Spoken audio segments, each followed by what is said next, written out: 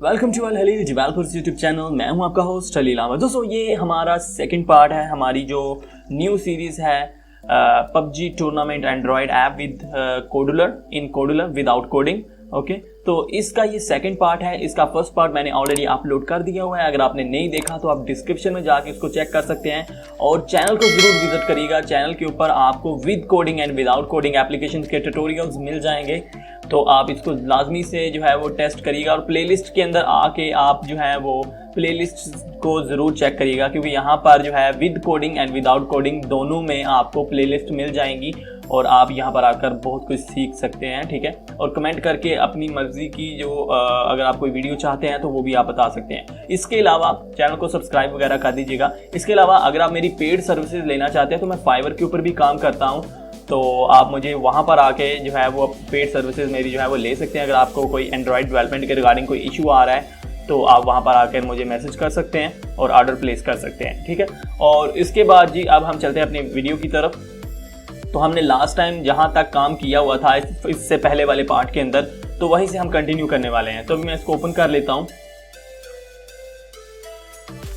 और इसके अंदर हमने जो पहले से काम किया हुआ है वो है एक स्प्लैश स्क्रीन हमने बनाई हुई थी और इसके अलावा हमने लॉगिन और साइन अप पेज जो है वो क्रिएट किया हुआ था, लेकिन उसमें से सिर्फ हमने डिज़ाइन जो है वो लॉगिन पेज को किया हुआ था। साइन अप पेज जो है वो अभी ब्लैंक है, वो अभी एम्प्टी है, उसके अंदर हमने कोई भी डिज़ाइनिंग नहीं की हुई थी। ठीक है, तो हमने सिर्फ लॉगिन पेज जो है वो डिज़ाइन किया था और यहाँ पर ये है कि हम एक काम करते हैं कि हमें जो साइन अप पेज चाहिए, यानी कि जिसके ऊपर हमारा अकाउंट क्रिएट होगा, उसके अंदर हमें कुछ मज़ीद चीज़ें इसके अंदर टेक्स्ट बॉक्स ऐड करने होंगे और बाकी सारे का सारा हमें ऐसे का ऐसे ही चाहिए। ठीक है, तो उसके लिए हम सिंपली क्या करते हैं, हम पहले तो मैं जो साइन अप पेज मैंने क्रिएट किया हुआ है उसको मैं डिलीट कर देता हूँ, क्योंकि अभी मैंने इसको डिज़ाइन नहीं किया, तो मैं इसको डिलीट करता हूँ टाइम बचाने के लिए। तो डिलीट करने के लिए मुझे इसका नाम बताना पड़ेगा, साइन अप। ओके, तो ये डिलीट हो चुका है और मैं आ जाता हूँ लॉगिन के ऊपर और इस लॉगिन स्क्रीन को मैं जो है वो कॉपी कर लेता हूँ। ठीक है, तो कॉपी स्क्रीन के ऊपर क्लिक करते हैं और यहाँ पर नेम दे देते हैं, जो कि न्यू कॉपी होने के बाद जो आएगी स्क्रीन उसका, तो मैं इसको साइन अप दे देता हूँ। ठीक है, और कॉपी के ऊपर क्लिक कर देता हूँ। तो अभी हमारी लॉगिन पेज जो है वो कॉपी होके यहाँ पर आ चुका है और इसमें से कुछ चीज़ें हम चेंज कर लेंगे और हमारा साइन अप पेज भी जल्द से जल्द रेडी हो जाएगा। सबसे पहले तो जो काम करना है वो मैं क्या करता हूँ, ये जो बैकग्राउंड है इसका बैकग्राउंड थोड़ा सा चेंज कर लेता हूँ। तो मैं साइन अप स्क्रीन जो है उसकी प्रॉपर्टीज़ के अंदर आ जाता हूँ और यहाँ से बैकग्राउंड इमेज जो है वो मैं चेंज कर लेता हूँ। तो पहले से एक बैकग्राउंड इमेज मैंने लगाई हुई है जो कि प्रोबेबली ये आपको शो हो रही है, तो मुझे न्यू बैकग्राउंड इमेज जो है वो अपलोड करनी होगी।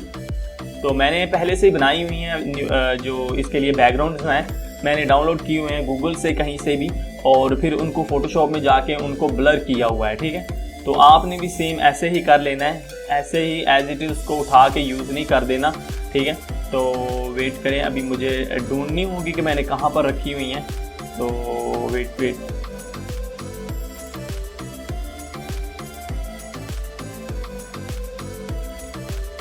ओके, यहाँ पर है।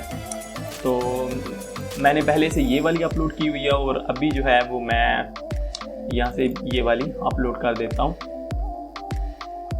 तो थोड़ी देर में यहाँ पर ये अपलोड हो जाएगी। हाँ, ये हो चुकी है और अभी हम इसको सेट कर सकते हैं। मैं साइन अप स्क्रीन की जो प्रॉपर्टीज़ है, मेन प्रॉपर्टीज़, उनके अंदर आ जाता हूँ और बैकग्राउंड इमेज को यहाँ से सिलेक्ट कर लेता हूँ और हमारी बैकग्राउंड इमेज जो है वो चेंज हो चुकी है।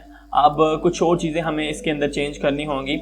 अब एक चीज़ इसमें जो है मैं आपको बता देता हूँ, समटाइम ये कन्फ्यूजन हो जाती है बंदे को। हमने जो लॉगिन स्क्रीन को कॉपी किया हुआ है तो यहाँ पर बटन के ऊपर भी लॉगिन लिखा हुआ था।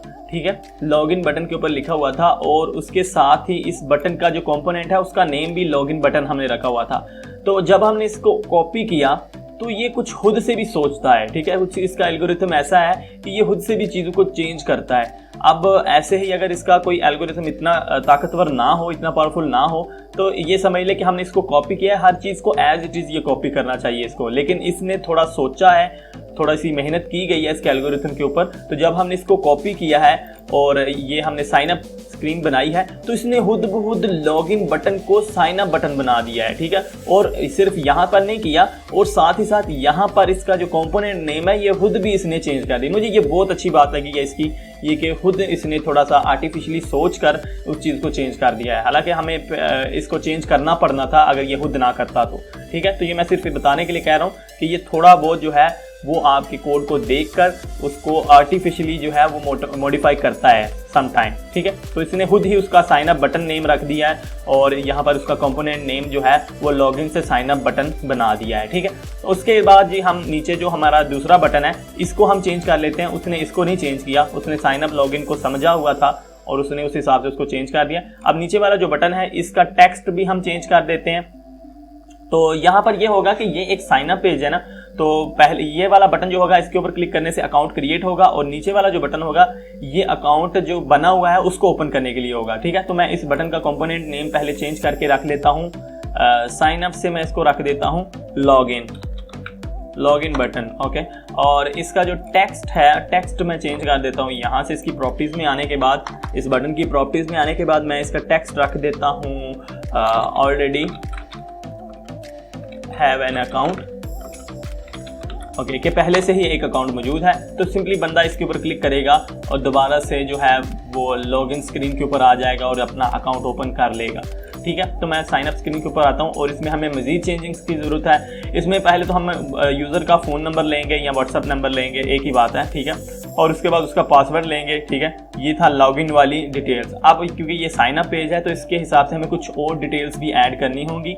तो उसके लिए हम सिंपली क्या करते हैं, हमें चाहिए यूज़र का नेम भी लेते हैं यहाँ पर, ठीक है। एक यूज़र का नेम हो गया, उसके बाद उसका फ़ोन नंबर और उसके बाद उसका पासवर्ड, ये तीन चीज़ें हम जो है वो यहाँ पर ले लेते हैं। बहुत सिंपल, बहुत ज़्यादा से ज़्यादा सिंपल इसको रखते हुए हम ये तीन चीज़ें लेंगे उसकी, ठीक है। और मैं आ जाता हूँ यहाँ पर जी, और यहाँ से जी जनरल में, और इसके बाद ये हॉरिजॉन्टल अरेंजमेंट लेते हैं यहाँ पर, जिस तरह से पहले वालों में ली हुई है हमने, ठीक है। हॉरिजॉन्टल अरेंजमेंट ली और इसको सेट करना होगा। इसका पहले तो मैं नेम रख लेता हूँ इस लेआउट का, इसको मैं नाम दे देता हूँ जी name layout, okay. Name layout रख दिया और ये फ़ोन नंबर से ऊपर आना चाहिए, तो मैं इसको उठा के ऊपर रख लेता हूँ फ़ोन नंबर वाले टेक्स्ट बॉक्स के ऊपर। और जी इसकी सेटिंग करनी, इसके अंदर मुझे एक और चीज़ लेनी है। यूज़र इंटरफेस में आता हूँ और टेक्स्ट बॉक्स उठाता हूँ और टेक्स्ट बॉक्स को इसके अंदर छोड़ देता हूँ, ठीक है। और इसके अंदर एक इमेज भी हमें चाहिए, तो मैं इमेज उठाता हूँ और इसके अंदर छोड़ देता हूँ। इसको हमने मैच करना है पहले वाले लेआउट्स के साथ, ठीक है। तो इमेज और ये टेक्स्ट बॉक्स के ऊपर क्लिक करता हूँ और टेक्स्ट बॉक्स का भी जो कंपोनेंट नेम है वो चेंज कर देता हूँ और इसको मैं नाम दे देता हूँ जी name text box, name text box, okay.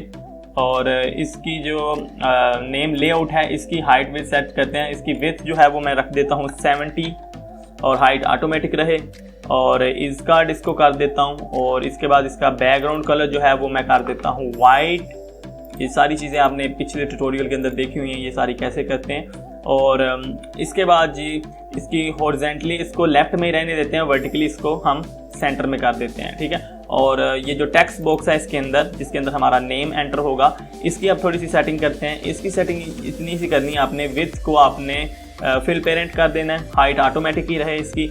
और इसके बाद इसकी हिंट जो है, हिंट चेंज करके हम यहाँ पर लिख देते हैं नेम, ठीक है। और हिंट का जो कलर है वो हम कर देते हैं ग्रे, ओके। एंड इसके बाद जी हमने इसकी इनपुट टाइप जो है वो बता देते हैं। और मैंने लास्ट ट्यूटोरियल में इनकी इनपुट टाइप शायद नहीं बताई थी, मुझे याद नहीं है, लेकिन मैं अभी बता देता हूँ कि जितने भी टेक्स्ट बॉक्स आप यूज़ कर रहे हैं उसके अंदर ज़ाहिर है एक इनपुट आपकी एंटर होगी, ठीक है। आप इनपुट दे रहे हो, कोई ना कोई डाटा जो है वो इसको प्रोवाइड कर रहे हो। अब डाटा की टाइप्स होती हैं, ठीक है, तो वो उनको हम इनपुट टाइप बोल लेते हैं और वो हम यहाँ से सेट कर सकते हैं। और मैं अभी से आपको सेट करके दिखाता हूँ, ठीक है। अभी ये नेम वाला जो टेक्स्ट बॉक्स है इसकी हमने हिंट भी सेट कर ली, हिंट कलर ग्रे कर दिया, और उसके बाद नीचे हिंट कलर के नीचे आपको इनपुट टाइप मिल जाएगा। तो इनपुट टाइप के ऊपर जब आप क्लिक करोगे तो आपको मल्टीपल टाइप्स यहाँ पर मिल जाएंगी, number, password, name, email number okay, and number, password, date and time, ठीक है। तो यहाँ पर मल्टीपल आपको टेक्स्ट फॉर्मेट मिल जाएंगे जिनको आप सिलेक्ट करके बता सकते हो कि इसकी इनपुट टाइप क्या होगी इस टेक्स्ट बॉक्स की। तो फॉर एग्जांपल अभी ये जो है ये नेम के लिए, तो मैं यहाँ से नेम सेलेक्ट कर लेता हूँ इसकी इनपुट टाइप, एंड ये ठीक हो गया। उसके बाद जो उसके नीचे था फ़ोन नंबर वाला, इसकी भी इनपुट टाइप हम जो है वो सेट कर देते हैं। इसकी इनपुट टाइप, ये एक फ़ोन नंबर है तो इसकी इनपुट टाइप हम सेट कर देते हैं यहाँ से जी फ़ोन नंबर, ओके। और उसके बाद ये पासवर्ड है नीचे वाला, और इसकी इनपुट टाइप हम पासवर्ड कर देते हैं। अब यहाँ पर आप जब इस एप्लीकेशन को अपनी रियल डिवाइस के अंदर टेस्ट करेंगे तो आप इस चीज़ को टेस्ट करिएगा। जब आपने इनपुट टाइप पासवर्ड रखी होगी तो जब आप अपने पासवर्ड वाले टेक्स्ट बॉक्स के अंदर कुछ भी लिखेंगे तो ये लिखने के साथ साथ उसको स्टार के अंदर जो है वो कन्वर्ट करता जाएगा। यानी कि जिस तरह से आप किसी भी दूसरी एप्लीकेशन के अंदर पासवर्ड एंटर करते हैं और वो नज़र नहीं आता, ठीक है, वो लिखने के बाद जो है वो स्टार बन जाता है, तो वो पासवर्ड फॉर्मेट होती है जो कि एनक्रिप्ट करती है उसको जैसे ही आप पासवर्ड लिख देते हो। तो सेम उसी तरह ये वर्क करेगा अगर आपने इसकी इनपुट टाइप पासवर्ड रखी हुई है तो, ठीक है। तो इनपुट टाइप रखना जो है वो सम टाइम बहुत ज़्यादा यूज़फुल साबित होता है आपके लिए, ठीक है। और अभी हमने क्या करना है, अभी इसके अंदर इमेज हमने डालनी है, ये आइकन इमेज जो हमने डालनी है, और इन दोनों के दरमियान स्पेस भी हमें चाहिए। तो हम सिंपली क्या करते हैं, हमने पहले से यहाँ पर एक स्पेस वाला ये लिया हुआ है ना, तो अब जो लेटेस्ट कोडलर के फीचर्स हैं इनके अंदर आप कॉपी पेस्ट भी कर सकते हैं, ठीक है। तो मैं सिंपली इसके ऊपर राइट क्लिक करता हूँ इस स्पेस वाले के ऊपर, जिस तरह से ये स्पेस है, ठीक है, ये स्पेस हमने लेआउट लिया हुआ है और ये भी लिया हुआ है, तो मुझे इतनी स्पेस चाहिए, तो हम यहाँ से इसको कॉपी कर सकते हैं और कहीं भी आके इसको हम पेस्ट कर सकते हैं, ठीक है। मैं कंट्रोल V करता हूँ और देखता हूँ ये स्क्रीन के किस हिस्से में पेस्ट होता है। जैसे मैंने इसको पेस्ट किया तो ये स्क्रीन के सबसे नीचे वाले हिस्से में खुद उसने नीचे पेस्ट किया, ताकि हमें आसानी से पता चल जाए कि ये कहाँ पर है। अगर मैं कहीं पर भी क्लिक करके पेस्ट करता हूँ तो पॉसिबिलिटीज बढ़ जाती हैं कन्फ्यूजन की कि पता नहीं है वो कहाँ पर है। लेकिन जब भी आप कोई भी चीज़ पेस्ट करोगे तो मेरे ख्याल से ये स्क्रीन के नीचे ही उसको दे देगा। आप यहाँ से उसको उठा के और अपनी मर्जी की जगह पर रख सकते हो। तो मैंने यहाँ पर इसको सेट कर दिया। अब इसकी स्पेस की जो हाइट है और इसकी बिल्कुल सेम है क्योंकि हमने इसी को कॉपी किया हुआ है, ठीक है। अब इमेज सेट करनी है यहाँ पर, और इसके लिए मैं क्या करता हूँ, मैं एक वेबसाइट के ऊपर जाता हूँ जिसका नाम है flat icon. Okay, flat icon के ऊपर आपने आ जाना है और यहाँ से आपने जब भी अपनी एप्लीकेशंस के लिए आप आइकन्स वगैरह लेना चाहते हैं तो इस वेबसाइट को आप यूज़ कर सकते हैं। बहुत ही यूज़फुल वेबसाइट है, ठीक है। तो मेरा जो यहाँ पर मुझे इमेज चाहिए वो नेम के हिसाब से होना चाहिए।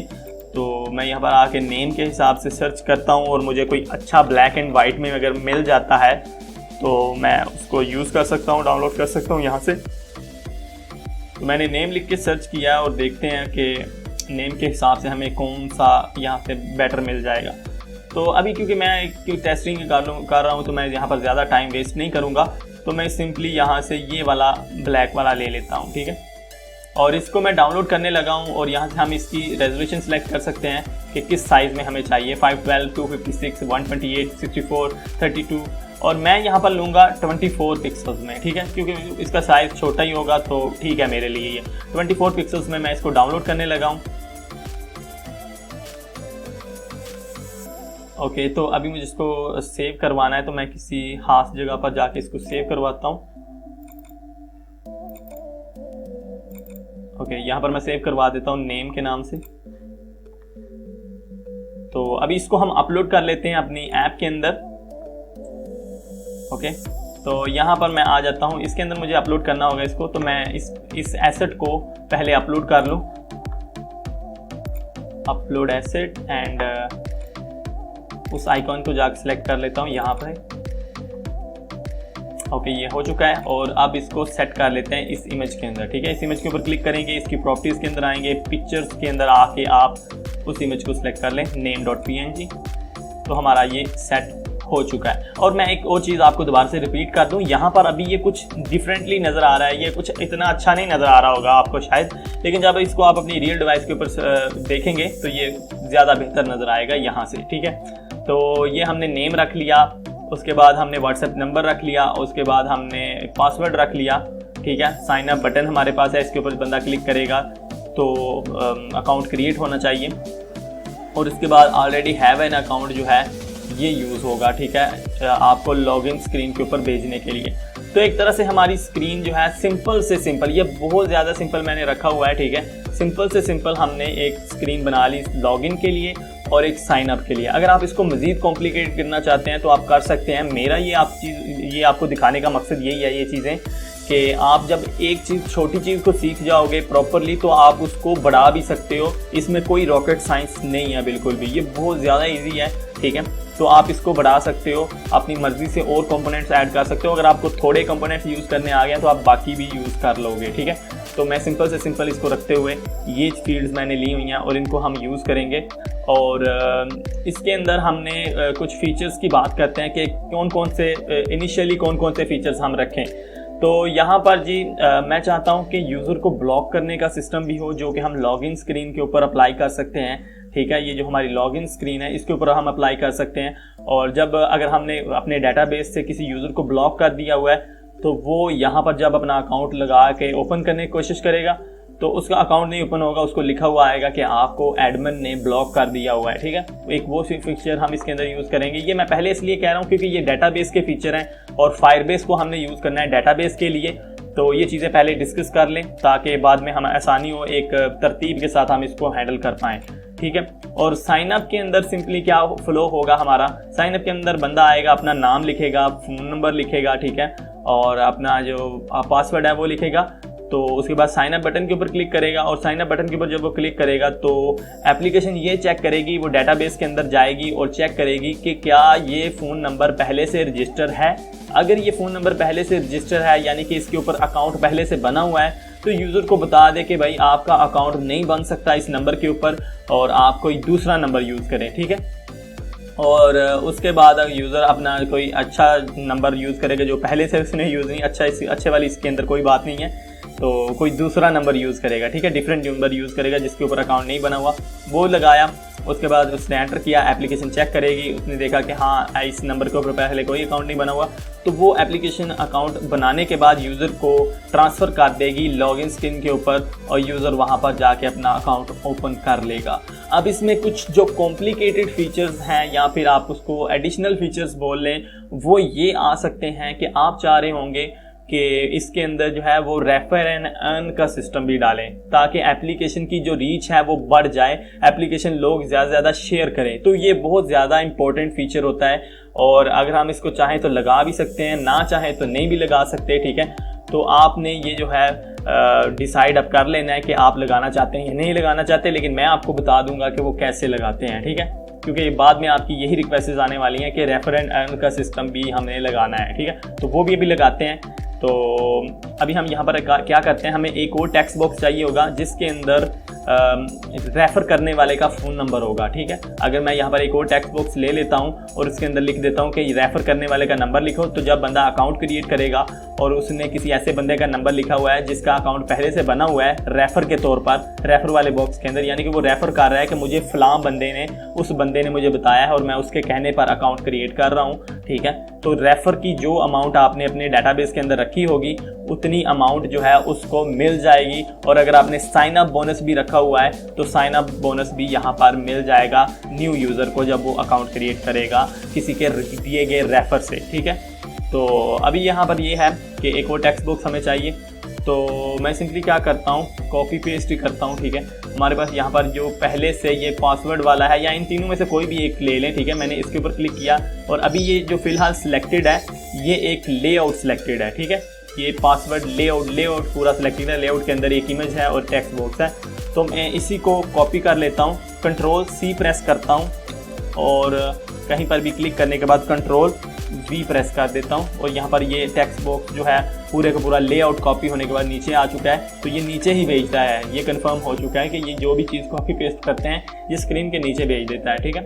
क्योंकि मैं काफ़ी देर के बाद कोडलर यूज़ कर रहा हूँ तो इसलिए मुझे जो है इन चीज़ों का साथ साथ पता चल रहा है। वैसे मैंने 2 साल काम किया हुआ है कोडलर के ऊपर, ठीक है। तो मैं इसको ओपन कर लेता हूँ और यहाँ पर छोड़ता हूँ और इसका पहले तो कंपोनेंट नेम जो है वो मैं चेंज कर लेता हूँ।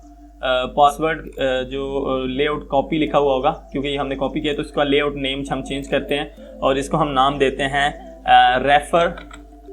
Refer number layout, okay. और इसके अंदर जो पासवर्ड टेक्स्ट बॉक्स लिखा हुआ था, ठीक है, ये जो टेक्स्ट बॉक्स है इसको जो लेआउट नेम है वो भी हम चेंज कर लेते हैं और इसका नाम हम रख लेते हैं जी refer text box, refer text box हमने रख दिया और इसको रीनेम कर देते हैं। ओके, और इसके बाद ये जो इसके अंदर इमेज है इसको भी चेंज करना है, तो मैं दोबारा से फ्लैट आइकन के ऊपर आ जाता हूँ और रेफर के लिए मुझे नहीं आइडिया कौन सा यूज़ होगा, लेकिन मैं यहाँ पर रेफर ही लिखता हूँ। ओके, और चेक कर लेते हैं कि इसके लिए कौन सा सूटेबल होगा आइकन, और ब्लैक एंड वाइट में ही मैं लूँगा। ठीक है, मुझे ब्लैक एंड वाइट जो है वो भी फ़िलहाल ठीक लग रहा है, क्योंकि तो इसमें ज़्यादा जो है टाइम नहीं लगेगा हमें कलर को चूज़ करने में, तो सिंपल ब्लैक एंड वाइट लेके मैं चल रहा हूँ। तो रेफर एंड अर्न के लिए ठीक है, मैं यहाँ से ये वाला ब्लैक उठा लेता हूँ। तो ये आपकी अपनी मर्ज़ी है, मैं बस टाइम बचाने के लिए कर रहा हूँ। ठीक है, और मैं यहाँ से 24 पिक्सल्स में इसको ले लेता हूँ और अभी इसको सेव कर लेता हूँ। यहाँ पर ऐप में आ जाते हैं और सेम वही प्रोसीजर, आपको एसेट को जो है वो पहले अपलोड करना होगा। तो आप सिंपली ऊपर भी एसेट के ऊपर क्लिक करके अपलोड एसेट के ऊपर क्लिक कर दें और यहाँ से जो है ये है रेफर वाला, इसको हमने अपलोड कर लेना है। अपलोड हो चुका है और चलिए इसको सेट कर लेते हैं। यहाँ पर आके क्लिक करते हैं इसके ऊपर और इस इमेज के ऊपर, और इसकी प्रॉपर्टीज़ के अंदर आने के बाद यहाँ पर हम पिक्चर को चेंज करके रेफ़र कर लेते हैं और ये रेफ़र सेट हो चुका है। और इनके दरमियान स्पेस भी हमें चाहिए, तो उसी तरह से ऊपर वाली स्पेस को, इस स्पेस को हम कंट्रोल C से कॉपी और दोबारा कंट्रोल V प्रेस करेंगे तो ये पेस्ट होके आ जाएगी। और अभी मैंने इसको किया है तो अभी देख लें, अभी इसने उसको उसके बिल्कुल नीचे ही पेस्ट कर दिया है। तो ये मैं साथ साथ आपको इसलिए बता रहा हूँ कि मुझे भी नहीं पता था, तो इसने उसको उसके साथ ही नीचे ही पेस्ट कर दिया। इसका मतलब है कि ये ज़रूरी नहीं कि ये इसको स्क्रीन के नीचे वाले हिस्से में पेस्ट करे,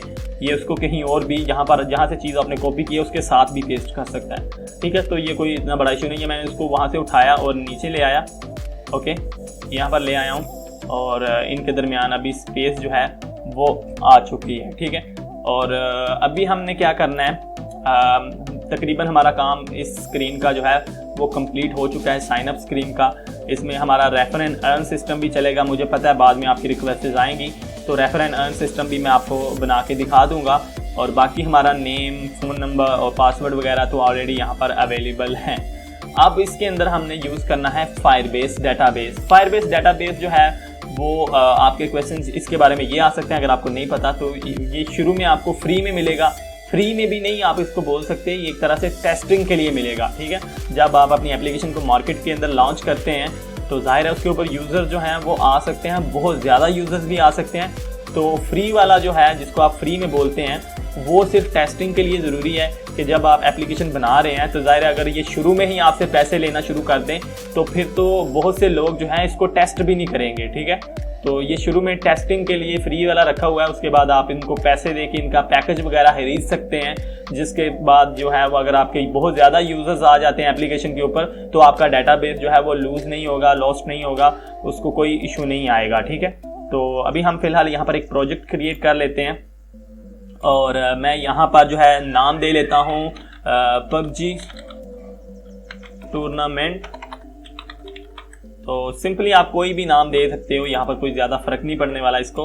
और कंटिन्यू करता हूँ, अकाउंट सेलेक्ट कर लेता हूँ और क्रिएट प्रोजेक्ट के ऊपर क्लिक कर देता हूँ। तो ये मेरा प्रोजेक्ट जो है वो थोड़ी देर में यहाँ पर क्रिएट हो जाएगा। तो यहाँ पर ये है कि हमने फायरबेस को यूज़ करना है और जितनी भी सेटिंग हम इसकी ब्लॉकिंग के अंदर करेंगे वो सारी आपको मेरी तरफ से कोई भी आपको प्रॉब्लम नहीं आएगी कि आपको समझ ना आए। ठीक है, प्रॉपरली आपको समझ आ जाएगी। तो क्योंकि मैंने इसके ऊपर 2 साल काम किया हुआ है और मैं पिछले 1 साल से इसके ऊपर काम बिल्कुल भी नहीं कर रहा था। ठीक है, मैं कोडिंग के ऊपर शिफ्ट हो चुका हूँ और अभी ये सिर्फ चैनल के ऊपर इसकी डिमांड की वजह से यूज़र जो है वो डिमांड कर रहे हैं, उसकी वजह से मैं दोबारा कोडलर के ऊपर ये ट्यूटोरियल सिर्फ आप लोगों के लिए बना रहा हूँ। ठीक है, वैसे मैं इसके ऊपर काम नहीं कर रहा, मैं कोडिंग के अंदर शिफ्ट हो चुका हूँ। मैं फ्लटर के अंदर ऐप बनाता हूँ डार्ट लैंग्वेज के साथ और जावा के साथ एंड्रॉयड स्टूडियो के अंदर। ठीक है, तो मैं सिर्फ ये आपके लिए यहाँ पर आया हूँ कोडलर के ऊपर। ठीक है, और यहाँ पर ये है कि प्रोजेक्ट हमारा क्रिएट हो चुका है। कंटिन्यू करते हैं इसको और यहाँ पर हमें जो चीज़ हमने इसकी सर्विस यूज़ करनी है वो है डेटाबेस वाली। ठीक है, Firebase real time database use करेंगे। 2 टाइप के इसके अंदर डेटाबेस होते हैं, एक फायरबेस रियल टाइम डेटाबेस और दूसरा जो है इसके अंदर क्लाउड स्टोरेज का डेटाबेस होता है, फाइल स्टोरेज। ठीक है, फाइल स्टोर डेटाबेस होता है और मैंने वो भी यूज़ किया हुआ अपनी जो एंड्रॉयड स्टूडियो की एप्लीकेशन है उनके अंदर मैं वही ज़्यादातर यूज़ करता हूँ। ठीक है, ये भी क्लाउड फाइल स्टोर, ये भी एक तरह का रियल टाइम डाटाबेस ही है, लेकिन डेडिकेटेड रियल टाइम डाटाबेस आपको अलग से एक टाइप मिल जाएगी, ठीक है। तो आपको ये क्रिएट करना है, तो मैं सिंपली इसके ऊपर क्लिक करता हूँ। अब यहाँ पर सिक्योरिटी रूल्स जो हैं वो आपको दो तरह से मिलेंगे, एक लॉक मोड होगा, एक टेस्ट मोड होगा। तो आपको टेस्ट मोड के साथ इसको कंटिन्यू करना है ताकि हम कभी भी किसी भी वक्त रीड एंड राइट कर सके डाटा को, ठीक है। तो इसको अनेबल कर देते हैं और अनेबल करने के बाद आपको यहाँ पर हो सकता है एक वार्निंग टाइप शो हो, तो आपने उसको सिंपली डिसमिस कर देना है, ठीक है। बाद में बहुत से लोग पूछते हैं कि वो शो हो रहा है, हमारा डाटा चोरी हो जाएगा, ये हो जाएगा, वो हो जाएगा, ठीक है। तो इस तरह का जो है वो चांसेस बहुत कम होते हैं। जब कभी आप अपने डाटाबेस के जो क्रीडेंशियल्स अगर किसी के साथ शेयर करते हो तो फिर थोड़ा बहुत खतरा होता है, ठीक है। लेकिन ये है कि इसका इतना ज़्यादा भी इशू नहीं है। हमें टेस्ट मोड के साथ, यानी कि इसके जो रूल्स हैं वो रीड एंड राइट ट्रू के साथ काम करना ही पड़ेगा, ठीक है। इसके अलावा हमारा गुजारा नहीं होगा, ठीक है। तो अभी हमने सिंपली क्या करना है, मैं आ जाता हूँ ऐप की तरफ दोबारा से, और यहाँ पर हमने डाटाबेस को जो यूज़ करना है उसके हिसाब से हमें डाटाबेस के अंदर बकेट्स और टैग्स का एक जो है वो ब्लूप्रिंट बनाना होगा, ताकि हमारे लिए इजी हो जाए कि हमने डाटाबेस की किस हिसाब से बकेट्स को अरेंज करना है और किस हिसाब से डाटाबेस जो है वो स्टोर होगा। उसके लिए सिंपली हम सबसे पहले तो एक डाटाबेस बकेट बनाएंगे जिसके अंदर हमारा यूज़र का जो रिकॉर्ड होगा वो स्टोर होगा, ठीक है। यूज़र डिटेल्स बोल लें, यूज़र अकाउंट्स बोल लें, यूज़र रिकॉर्ड बोल लें, कुछ भी उसका हम नाम रख सकते हैं, ठीक है। वो हमने बनाना होगा। जब ये साइन अप बटन के ऊपर क्लिक हो तो ये वाली चारों की चारों जो इन्फॉर्मेशन हैं वो फायरबेस के अंदर स्टोर हो जाएं, ठीक है। तो उसके लिए सिंपली हम साइड में आते हैं और यहाँ पर जी गूगल के ऊपर क्लिक करते हैं, और गूगल के अंदर क्लिक करने के बाद फायरबेस डाटाबेस आपको मिल जाएगा। ये Firebase database real time database ही है, ठीक है। इसको उठाएं और स्क्रीन के ऊपर लाकर छोड़ दें, और इस बकेट का जो इस कंपोनेंट का नेम जो है वो मैं चेंज करके जो है यहाँ पर रख लेता हूँ अकाउंट्स DB, ओके। इससे कुछ ज़्यादा फ़र्क नहीं पड़ने वाला। मैं दोबारा रिपीट करता हूँ, कंपोनेंट के नेम इसलिए चेंज करता हूँ ताकि ब्लॉकिंग करते हुए हमें आसानी हो सके कि हमारा कौन सा कंपोनेंट क्या काम करेगा, क्योंकि ये यहाँ पर जो डाटाबेस अगर लिखा हुआ है तो डाटाबेस एक से ज़्यादा भी यहाँ पर कंपोनेंट्स हो सकते हैं। तो अगर हमने ऊपर उनका कंपोनेंट नेम लिखा हुआ है तो ईजी हो जाएगा कि ये कंपोनेंट क्या काम करेगा, ठीक है।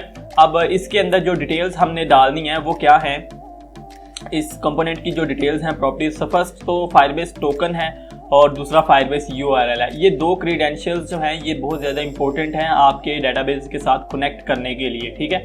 तो सिंपली मैं दोबारा से आता हूँ डाटाबेस के अंदर, और फायरबेस जो URL है वो तो आपको अपने डाटाबेस को ओपन करने के साथ ही यहाँ पर डाटा पेज के अंदर ही शो हो जाएगा। इसको आपने सिंपली जो है यहाँ से कॉपी कर लेना है, और उस कंपोनेंट के अंदर आने के बाद जो दूसरा ऑप्शन है फायरबेस URL वाला, उसके अंदर आपने फायरबेस URL वाले के अंदर इसको Ctrl+V प्रेस करके पेस्ट कर देना है, ठीक है। और जब पेस्ट कर लें तो एहतियातन चेक कर लिया करें कि इसके शुरू में कोई स्पेस तो नहीं है। जब आप इसको पेस्ट करते हैं तो शुरू में देख लें स्पेस तो नहीं है।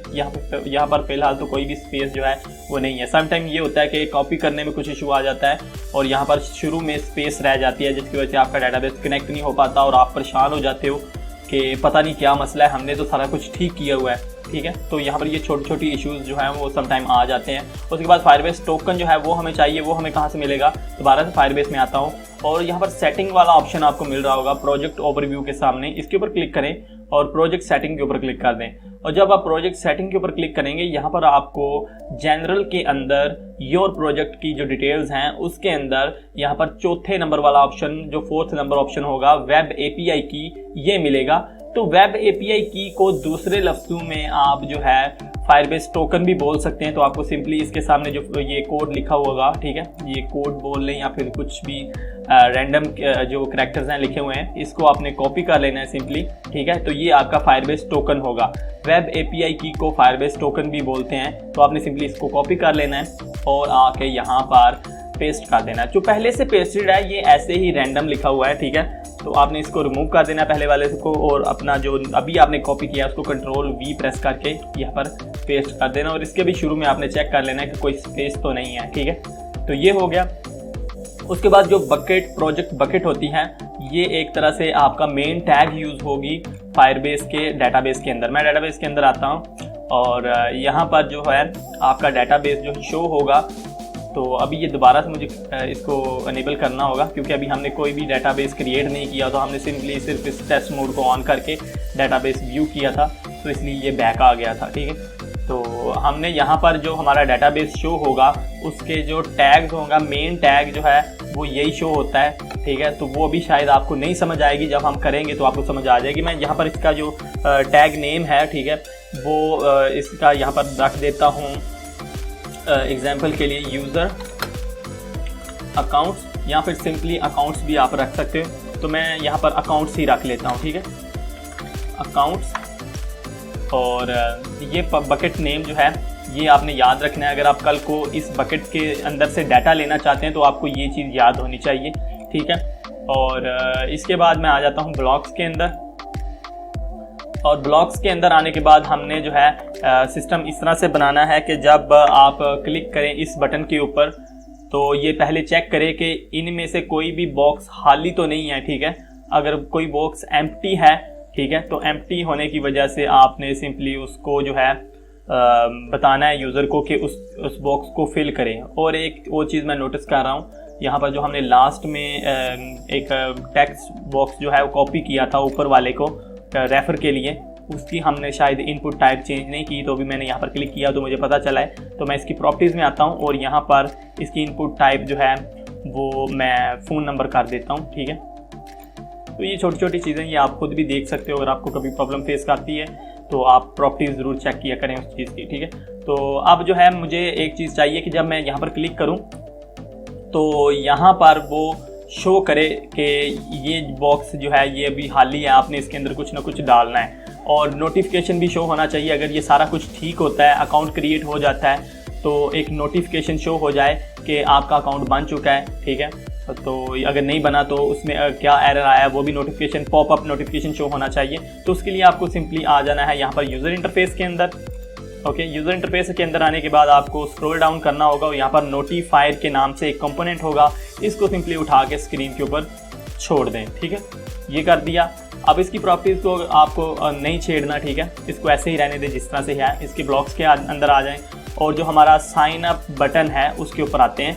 यहाँ पर ये साइन अप बटन है, इसके ऊपर क्लिक करें और यहाँ से हमारा काम जो है वो स्टार्ट होगा, क्योंकि जब यूज़र साइन अप बटन के ऊपर क्लिक होगा तब से ही हमारा जो एक्शन है वो शुरू होगा। तो मैं इसके ऊपर क्लिक करता हूँ, तो इसकी जो प्रॉपर्टीज़ हैं वो नज़र नहीं आ रही, मुझे चेक करना पड़ेगा।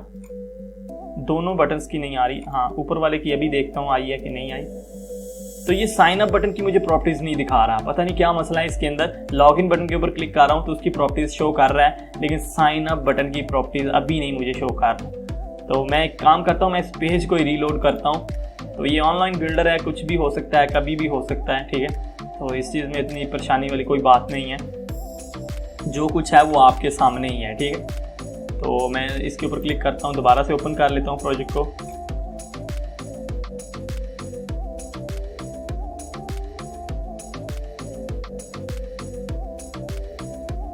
ओके, तो मैं आ जाता हूँ साइन अप स्क्रीन के ऊपर और ब्लॉक्स के ऊपर आ जाता हूँ, और यहाँ पर अब दोबारा से साइन अप बटन जो है उसके ऊपर क्लिक करता हूँ, तो अब उसकी प्रॉपर्टीज जो है वो शो कर रहा है। ठीक है, तो साइन अप बटन की हमें प्रॉपर्टी चाहिए जब बटन के ऊपर क्लिक होना चाहिए। ठीक है, यहाँ से हमारा काम स्टार्ट होगा, बटन के ऊपर क्लिक होगा तो तभी वो चेक करेगा कि सारे जो बॉक्स हैं वो फील्ड हैं या नहीं है।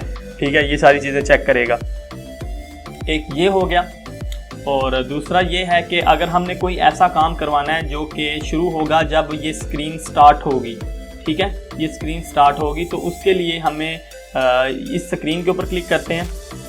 ठीक है, इसकी प्रॉपर्टीज आ जाएंगी। तो sign up screen initialise, sign up initialise, जब ये स्क्रीन इनिशियलाइज होगी तो क्या करेगा, ये बॉक्स भी हम यहाँ पर ले लेते हैं ये कमांड।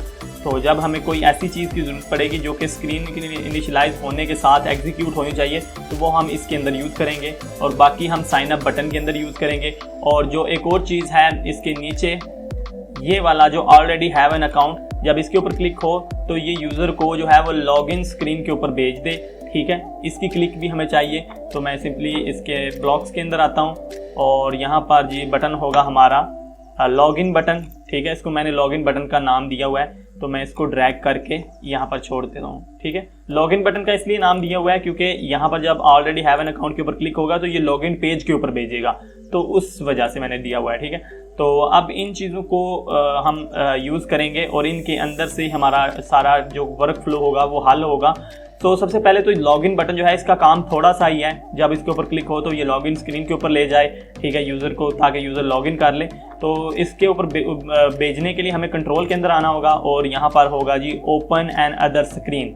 ठीक है, इसको आपने ले लेना है, या फिर वैसे ही आप यहाँ पर सर्च कर सकते हैं। मैं सिंपली सर्च करना पसंद करता हूँ। ठीक है, ओपन एन अदर स्क्रीन, तो वो यहाँ पर आके सेट हो चुकी है कमांड। उसके अंदर हमें टेक्स्ट चाहिए, तो मैंने सिंपली इसके ऊपर क्लिक किया हुआ है और टेक्स्ट लिखता हूँ। ठीक है, टेक्स्ट, और इसके अंदर मैं टेक्स्ट लिख देता हूँ जी लॉगिन। ठीक है, स्क्रीन का नेम आपने यहाँ पर लिखना है। लॉगिन मैंने इसलिए लिखा है क्योंकि मेरी जो स्क्रीन है उसका नेम भी लॉगिन ही है। तो सेम आपने इसकी केस रखनी है। अगर वो अपर केस में सारा लिखा हुआ है तो आपने अपर केस में लिखना है, अगर वो लोअर केस में लिखा हुआ है तो आपने लोअर केस में लिखना है। आपको बहुत से लोगों को जो बिगिनर्स हैं उनको ये भी प्रॉब्लम आ सकती है। यहाँ पर एग्जांपल के लिए लॉगिन लिखा हुआ है तो वो यहाँ पर लॉगिन लिखते हैं, लेकिन अगर उन्होंने लॉगिन जो है वो सारा स्मॉल केस में लिख दिया है तो देखने को तो वो लॉगिन है लेकिन उसकी केस मैच नहीं हो रही, जिसकी वजह से आपको प्रॉब्लम फेस करनी पड़ सकती है। ठीक है, तो हमने जब लॉगिन बटन के ऊपर क्लिक होगा तो हम इसको लॉगिन स्क्रीन के ऊपर भेज रहे हैं। ठीक है,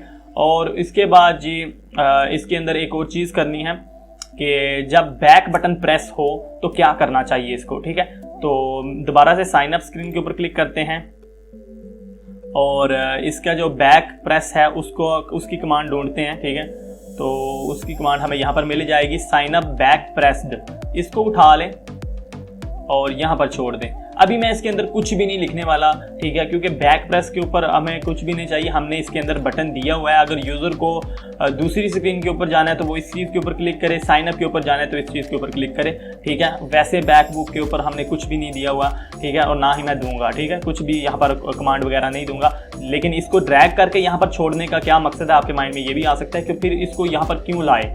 इसको यहाँ पर लाने का मकसद ये है कि अगर मैं इसको यहाँ पर ड्रैग करके वर्क स्पेस के ऊपर नहीं लेकर आऊँगा तो ये डिफाइंड नहीं होगा कि उसने बैक स्पेस के ऊपर कुछ यूज़ किया हुआ है फंक्शन के नहीं। अगर नहीं यूज़ किया हुआ तो जब भी यूज़र बैक प्रेस करेगा तो कुछ भी नहीं होगा। लेकिन अगर हम इस कमांड को यहाँ पर यूज़ नहीं करेंगे, ड्रैग करके नहीं लेकर आएंगे वर्क स्पेस के ऊपर, तो जब भी यूज़र बैक प्रेस करेगा तो एप्लीकेशन ऑटोमेटिकली उससे पिछले वाले इंटेंट के ऊपर चली जाएगी, उससे पिछले वाले कॉन्टेक्स्ट के ऊपर चली जाएगी, जो कि हमारी एप्लीकेशन के फ्लो को खराब कर देगा। ठीक है, हम चाहते हैं कि बैक प्रेस के ऊपर कुछ भी ना हो, तो उसके लिए हमने सिंपली बैक प्रेस वाला ब्लॉक उठा के यहाँ पर छोड़ दिया है और इसके अंदर हमने कुछ भी नहीं किया, यानी कि कुछ भी नहीं होना चाहिए जब बैक प्रेस हो। अगर आप इसको नहीं यूज़ करोगे तो फिर कुछ ना कुछ ज़रूर होगा जब आप बैक प्रेस करोगे तो। ठीक है, तो इसलिए मैंने इसको यहाँ पर ला के छोड़ा है ताकि कुछ भी ना हो जब बैक प्रेस किया जाए। लॉगिन के ऊपर क्लिक हो तो लॉगिन स्क्रीन के ऊपर ले जाए और स्क्रीन जब इनिशियलाइज होगी तो हमने जो काम करना है वो हम करेंगे। अब साइन अप बटन के ऊपर आते हैं और साइन अप बटन की सेटिंग वगैरह करते हैं। तो यहाँ पर जी मैं चाहता हूँ कि जब इस बटन के ऊपर क्लिक करें तो ये चेक करें कि जितने भी टेक्स्ट बॉक्स हैं वो खाली हैं या उनके अंदर कुछ ना कुछ लिखा हुआ है। अब यहाँ पर एक चीज़ ये है कि ये जो तीन चीज़ें हैं, नेम, फ़ोन नंबर, पासवर्ड, ये चीज़ें जो हैं ये कंपलसरी हैं, ये इनके अंदर डाटा ज़रूर ऐड करना है। और जो तीसरी चीज़ है वो जो है वो कंपलसरी नहीं है, रेफ़र वाला। ठीक है, ये ऑप्शनल चीज़ है, अगर किसी ने रेफ़र किया है तो वो लिख दे। ठीक है, अगर नहीं किया तो वो, अगर नहीं भी लिखता तो अकाउंट क्रिएट हो जाना चाहिए, कोई रुकावट नहीं आनी चाहिए, कोई रिस्ट्रिक्शन नहीं होनी चाहिए। ठीक है, तो इस चीज़ को अपने माइंड में रखना है क्योंकि अभी हमने इसके जो बनाने हैं कमांड्स बनानी है। ठीक है, तो उस हिसाब से हमने इस चीज़ को अपने माइंड में रखना है। और इसकी हिंट भी मैं चेंज कर देता हूँ, हिंट भी मैंने चेंज नहीं की। ये जो नीचे वाला रेफ़र वाला है इसको मैं रेफ़र नंबर दे देता हूँ। ठीक है, हिंट चेंज कर दी। ये छोटी छोटी चीज़ें अक्सर बंदा भूल भी जाता है। तो मैं आ जाता हूँ ब्लॉक्स के अंदर। अब यहाँ पर करते हैं जी सबसे पहला टेक्स्ट बॉक्स जो है हमारा नेम वाला, उसको उठाना है हमने, लेकिन उसके लिए हमें सबसे पहले कंडीशन बना लेते हैं। और कंडीशन के लिए सबसे बेहतर चीज़ जो है, ताकि आपको आसानी हो कि क्या काम हो रहा है क्या नहीं हो रहा, तो हम यहाँ पर एक फ़ीचर है प्रोसीजर्स, ये यूज़ कर लेते हैं, जिससे हमारा ये जो कोड होगा, ये ब्लॉक्स होंगे, ये क्लीन होंगे और आपको समझने में भी आसानी होगी। ठीक है, कोई भी काम रैंडमली नहीं होगा, आपको हर चीज़ की आसानी से समझ आएगी। मैं प्रोसीजर के ऊपर क्लिक करता हूँ और यहाँ से ऊपर ये वाला प्रोसीजर वाला ब्लॉक उठाता हूँ प्रोसीजर क्रिएट करने के लिए, ठीक है। और इस प्रोसीजर को मैं नाम दे लेता हूँ चेक इनपुट्स, ठीक है। कुछ भी नाम आप दे सकते हो। जब आपने चेक इनपुट्स यहाँ पर लिख के एंटर कर दिया तो आपका ये प्रोसीजर रेडी हो गया। इसके अंदर आप जो भी चीज़ एग्जीक्यूट करवाना चाहते हैं वो आप इसके अंदर डाल दें, और जब भी इस प्रोसीजर को कॉल किया जाएगा कहीं से भी तो ये चीज़ एग्जीक्यूट होगी, जो भी इसके अंदर कमांड्स होंगी वो एग्जीक्यूट हो जाएंगी, ठीक है। तो अब हमने फॉर एग्जांपल यहाँ पर चेक इनपुट्स जो है वो क्रिएट कर लिया है ना, तो आप दोबारा से प्रोसीजर जहाँ से आपने ये लिया था वहाँ पर क्लिक करेंगे तो यहाँ पर आपको एक अलहदा से कमांड मिल जाएगी कॉल चेक इनपुट्स, यानी कि इसको आप उठा के कहीं पर भी यूज़ करेंगे तो ये वाला जो चेक इनपुट वाला प्रोसीजर होगा ये एग्जीक्यूट होगा, और इसके अंदर जितनी भी कमांड्स होंगी वो ऑटोमेटिकली एग्जीक्यूट हो जाएंगी। ये है कि आप इसको, अगर आपकी एप्लीकेशन थोड़ी सी ज़्यादा कॉम्प्लिकेटेड है तो प्रोसीजर्स बना के आप काम कर सकते हैं, और अपनी जो मेन कमांड है, यानी कि ये मेन कमांड है हमारी, जब साइन अप बटन के ऊपर क्लिक हो तो इनको आप कम से कम जो है वो पॉपुलेट कर सकते हैं, इनके अंदर जो है कम से कम कमांड जो है यूज़ कर सकते हैं और अपना कोड को क्लीन रख सकते हैं, ठीक है। मैं इसको यहाँ पर सेट कर देता हूँ, ठीक है। जब साइन अप बटन के ऊपर क्लिक होगा तो ये चेक इनपुट्स वाला जो प्रोसीजर है उसको एग्जीक्यूट करेगी। अब हम चेक इनपुट्स वाले प्रोसीजर के अंदर लिख सकते हैं कि क्या करना है और कैसे करना है, ठीक है। तो अब यहाँ पर मैं बोलता हूँ कि इफ़, ठीक है, मुझे कंडीशन लेनी होगी इफ़, ओके।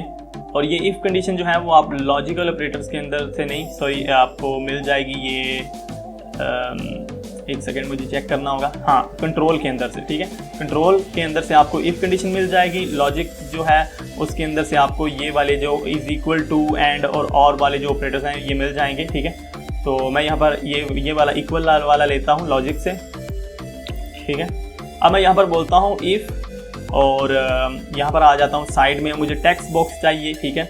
ये जो हमारे पास टेक्स्ट है ये वाला, इसकी मुझे टेक्स्ट प्रॉपर्टीज़ चाहिए जिससे हमें इसके टेक्स्ट की जो है मालूमात मिल सके कि इसके अंदर कुछ टेक्स्ट है भी या नहीं है, ठीक है। तो उसके लिए जो है वो हमें करना होगा, इसका टेक्स्ट लेना होगा, ठीक है। मैं आ जाता हूँ यहाँ पर इसके साइड में और ढूंढ लेता हूँ यहाँ से। तो यहाँ पर काम आएगी वो चीज़ जो हम कंपोनेंट का नेम लिख रहे थे ना, यहाँ पर उसका इस्तेमाल हो रहा है और बहुत ईजीली हम हर चीज़ को फाइंड कर सकते हैं। यहाँ पर नेम टेक्स्ट बॉक्स हमने लेना है, ठीक है। इसके ऊपर क्लिक करना है और इसकी प्रॉपर्टीज़ के अंदर से आपको टेक्स्ट वाली प्रॉपर्टी जो है वो ढूंढ लेनी है, ठीक है। नेम टेक्स्ट बॉक्स और उसके आगे उसकी प्रॉपर्टी होगी टेक्स्ट, इसको उठा लें और इसके अंदर सेट कर दें, ठीक है। इफ़ टेक्स्ट इक्वल टू, अगर वो इक्वल है किसके, तो मैं बोलता हूँ एम्प्टी टेक्स्ट के, ठीक है। तो मैं यहाँ पर सिंपली क्लिक करके टेक्स्ट लिखता हूँ और एम्प्टी टेक्स्ट का बोलता हूँ। अगर टेक्स्ट बॉक्स जो है वो एम्प्टी टेक्स्ट के इक्वल है तो फिर क्या होना चाहिए, ठीक है, वो मैं इसको बता दूंगा कि इसमें एरर वगैरह शो करना है या क्या करना है, ठीक है। और उसके बाद इसमें मैं बोलता हूँ एल्स, ठीक है।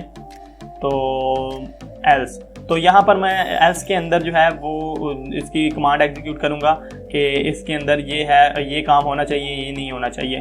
तो अगर टेक्स्ट बॉक्स खाली है, ठीक है, तो एरर शो हो, ठीक है। और अगर टेक्स्ट बॉक्स जो है वो खाली नहीं है तो नेक्स्ट कमांड एग्जीक्यूट हो।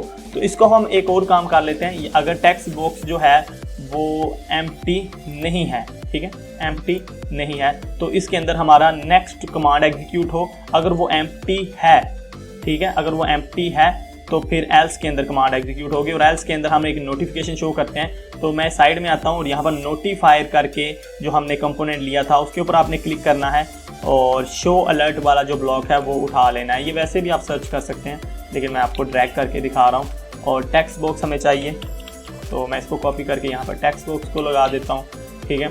और यहाँ पर मैं बोल देता हूँ कि एंटर योर नेम, ठीक है।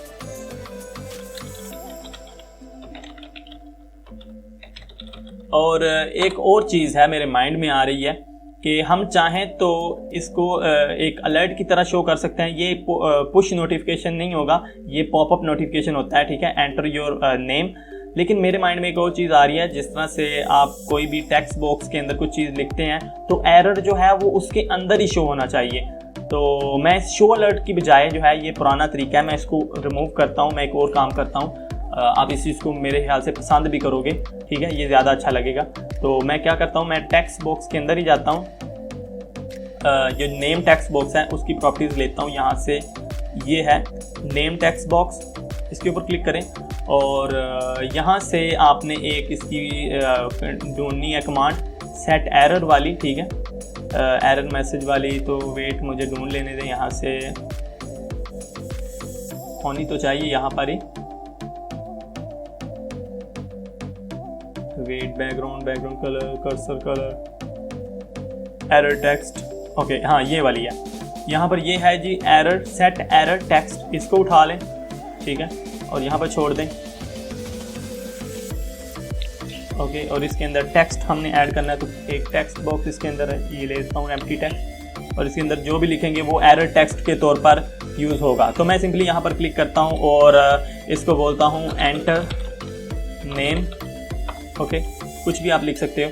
और इसके साथ ही हमने इसको जो है वो शो भी करवाना है। तो मैं देखता हूँ यहाँ पर, हाँ यहाँ पर ये आपको कमांड लेनी है शो एरर मैसेज, इसको उठा के इसके बिल्कुल नीचे ही आपने लगा देना है, ठीक है, इसके बिल्कुल नीचे ही आपने इसको सेट कर देना है। और ये उसी टेक्स्ट बॉक्स के अंदर ही आपको एरर शो करेगी। जब आप उस टेक्स्ट बॉक्स के ऊपर क्लिक करोगे तो लिखा हुआ आएगा कि एंटर नेम, ठीक है, तो ये उसी के अंदर शो करेगी। हमें वो पॉपअप वाला देखने को नहीं मिलेगा। पॉपअप वाला जो है नोटिफिकेशन वो हम लॉगिन सक्सेसफुल होने के ऊपर यूज़ कर लेंगे। यहाँ पर हम यही यूज़ करते हैं, ये ज़्यादा बेहतर लगता है, ठीक है। ये जब आप एप्लीकेशन को टेस्ट करेंगे तो आपको पता चलेगा। तो इसके बाद जी हमने क्या करना है, इसी तरह की सेम कमांड हमने यूज़ करनी है दूसरे टेक्स्ट बॉक्स के लिए, ये जो फ़ोन नंबर वाला है, और पासवर्ड वाले के लिए, ठीक है। तो मैं आ जाता हूँ ब्लॉक्स के अंदर दोबारा से, और मैं ये इफ़ वाली पूरी की पूरी कमांड को कॉपी करने वाला हूँ। तो इससे हमारा टाइम भी काफ़ी बचेगा। तो मैं Ctrl+C Ctrl+V प्रेस करता हूँ, ठीक है। और ये हमने एक और कमांड इसकी कॉपी कर ली, और Ctrl+C और Ctrl+V करता हूँ, और हमने 2 कमांड्स कॉपी कर ली हैं, ठीक है। तो मैं सिंपली क्या करता हूँ, मैं इसको जो है, इस कमांड को जो है वो यूज़ करूँगा, इस टेक्स्ट बॉक्स को यूज़ करूँगा अपने फ़ोन नंबर के लिए, ठीक है। मैं इसके ऊपर क्लिक करता हूँ और यहाँ से इसका चेंज कर लेता हूँ कंपोनेंट। तो मैं इसको मोबाइल नंबर टेक्स्ट बॉक्स कर लेता हूँ, और नीचे वाले को भी मैं मोबाइल नंबर टेक्स्ट बॉक्स कर लेता हूँ, और शो एरर को भी मैं मोबाइल नंबर टेक्स्ट बॉक्स कर लेता हूँ। ये उसके लिए हो गया। और उसके बाद ये वाला जो है ये पासवर्ड के लिए यूज़ करूँगा, तो इसको मैं चेंज करके इसका कंपोनेंट जो है वो टेक्स्ट बॉक्स कर लेता हूँ, और यहाँ से इसका एरर वाला भी टेक्स्ट बॉक्स कर लेता हूँ, एरर सेट वाला, और एरर शो जो होगा वो भी टेक्स्ट बॉक्स का ही होगा, पासवर्ड टेक्स्ट बॉक्स। इस चीज़ को आपने ख्याल रखना है कि सब चीज़ें एक ही होनी चाहिए।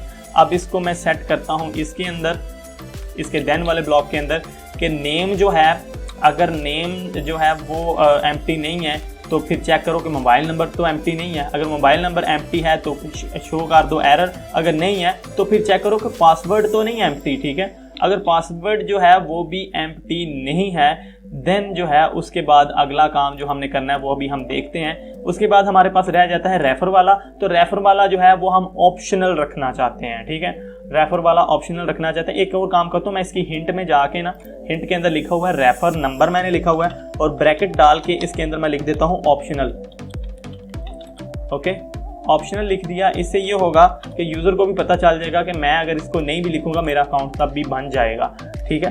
तो फिलहाल के लिए मैं जो है इसको ऑप्शनल ही रहने देता हूँ, और इसकी कमांड में मेरे ख्याल से मुझे यहाँ पर यूज़ नहीं करनी चाहिए। अब मैं क्या करता हूँ, मैं डाटा को स्टोर करवाना चाहता हूँ फायरबेस के अंदर। तो मैं यहाँ पर आता हूँ अकाउंट DB के अंदर, और यहाँ पर जी मैं बोलता हूँ यहाँ पर स्टोर वैल्यू, ठीक है, यहाँ पर store value, okay. And store value के अंदर जो है वो मैं डाटा को ऐड करूँगा।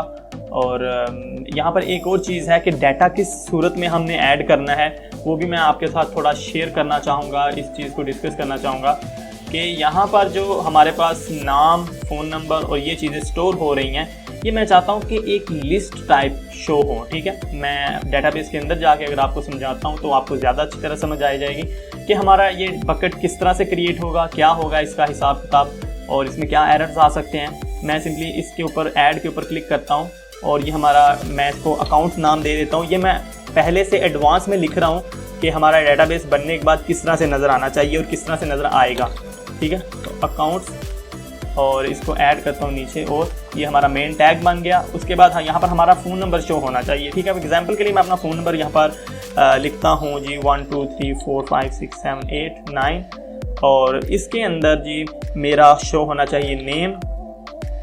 ओके, नेम के अंदर आना चाहिए जी नेम हमारा। ओके, एंड देन उसके बाद मेरा जो है फ़ोन नंबर, और फ़ोन नंबर में मेरा जो है वो फ़ोन नंबर ही आ जाए, क्योंकि ऊपर भी फ़ोन नंबर ही हमारा लिखा हुआ है, लेकिन यहाँ पर भी अगर आना चाहे तो हम स्टोर तो करेंगे ना इसको। ठीक है, मैं फ़ोन नंबर लिख देता हूँ 1 2 3 4 5 6 7 8 9 और उसके बाद एक और चीज़ हमारी आनी चाहिए इसके अंदर हमारा पासवर्ड। ओके, और पासवर्ड के अंदर जो है वो हमारा पासवर्ड शो होना चाहिए। ओके, एंड अगर रेफ़र वाला है तो ठीक है, रेफ़र भी स्टोर हो जाए। अगर रेफ़र वाला नहीं है तो फिर कोई भी इसमें बड़ा इशू नहीं है, लेकिन रेफ़र वाला अभी मैं एग्जांपल के लिए अगर लिखता हूँ रेफ़र और किसने रेफ़र किया है, वो जी इसको किया है जी 7 8 6 4 5 6। ओके, इस फ़ोन नंबर ने इसको रेफ़र किया है और मैं ऐड करता हूँ तो हमारा डेटाबेस कुछ इस तरह से शो होना चाहिए। और अकाउंट्स के अंदर जिस तरह से ये एक चीज़ है, ये एक नंबर है, इस तरह से मल्टीपल नंबर्स होने चाहिए और उनके अंदर उनका रिकॉर्ड शो होना चाहिए। तो मैं इस तरह का डेटाबेस चाहता हूँ। ये थोड़ा सा कॉम्प्लिकेटेड है लेकिन इतना ज़्यादा डिफ़िकल्ट नहीं है, आपको समझ आ जाएगी। ठीक है, तो मैं इस तरह का डेटाबेस जो है वो शो करना चाहता हूँ। तो मैं आ जाता हूँ अपने ऐप के अंदर, ब्लॉग्स में जाता हूँ और यहाँ पर जी मैं पहले एक और चीज़ आपको बता दूं कि यहाँ पर जो हम डाटा स्टोर कर रहे हैं, रेफ़र को अभी थोड़ी देर के लिए इग्नोर कर दें। अगर रेफ़र का मैं डायरेक्टली कोई फंक्शन नहीं बनाता तो उसके पीछे भी कुछ रीज़न है। ठीक है, लेकिन अभी फ़िलहाल के लिए इसको थोड़ा सा इग्नोर कर दें। अगर मैं इसको नहीं भी यूज़ करता तो इसको आप जो है वो नोटिस मत करिएगा। ठीक है, तो यहाँ पर यह है कि हम डाटा को स्टोर करते हैं उस तरतीब से जिस तरतीब से हमने यहाँ पर ये शो किया हुआ है अकाउंट्स के अंदर, यूज़र का फ़ोन नंबर, उसके बाद उसकी डिटेल। ये चीज़ हमारा पहला मिशन तो ये है कि ये चीज़ हमने स्टोर करनी है। ठीक है, तो यहाँ पर हमने अकाउंट्स के अंदर जी मैं आ जाता हूँ और टैग के अंदर हमने पहले तो फ़ोन नंबर देना है क्योंकि हमारा मेन टैग फ़ोन नंबर है यहाँ पर। ठीक है, और बकेट, ये अकाउंट जो है ये ऑलरेडी हमारी बकेट जो है वो सेट है वहाँ पर। तो अभी हम ये करते हैं कि बकेट को भी एहतियातन यहाँ पर सेव कर लेते हैं। वैसे तो हमारे बकेट का नेम जो है वो ऑलरेडी यहाँ पर है, ये वाला अकाउंट्स, लेकिन फिर भी एहतियात के तौर पर हम एक काम करते हैं। मैं यहाँ पर आता हूँ डेटाबेस के ऊपर, अकाउंट डीबी के ऊपर, और यहाँ पर फायरबेस बकेट जो है इसको उठाता हूँ और यहाँ पर सेट कर देता हूँ ऊपर शुरू में, और इसके अंदर टेक्स्ट मैं ऐड कर देता हूँ अकाउंट्स।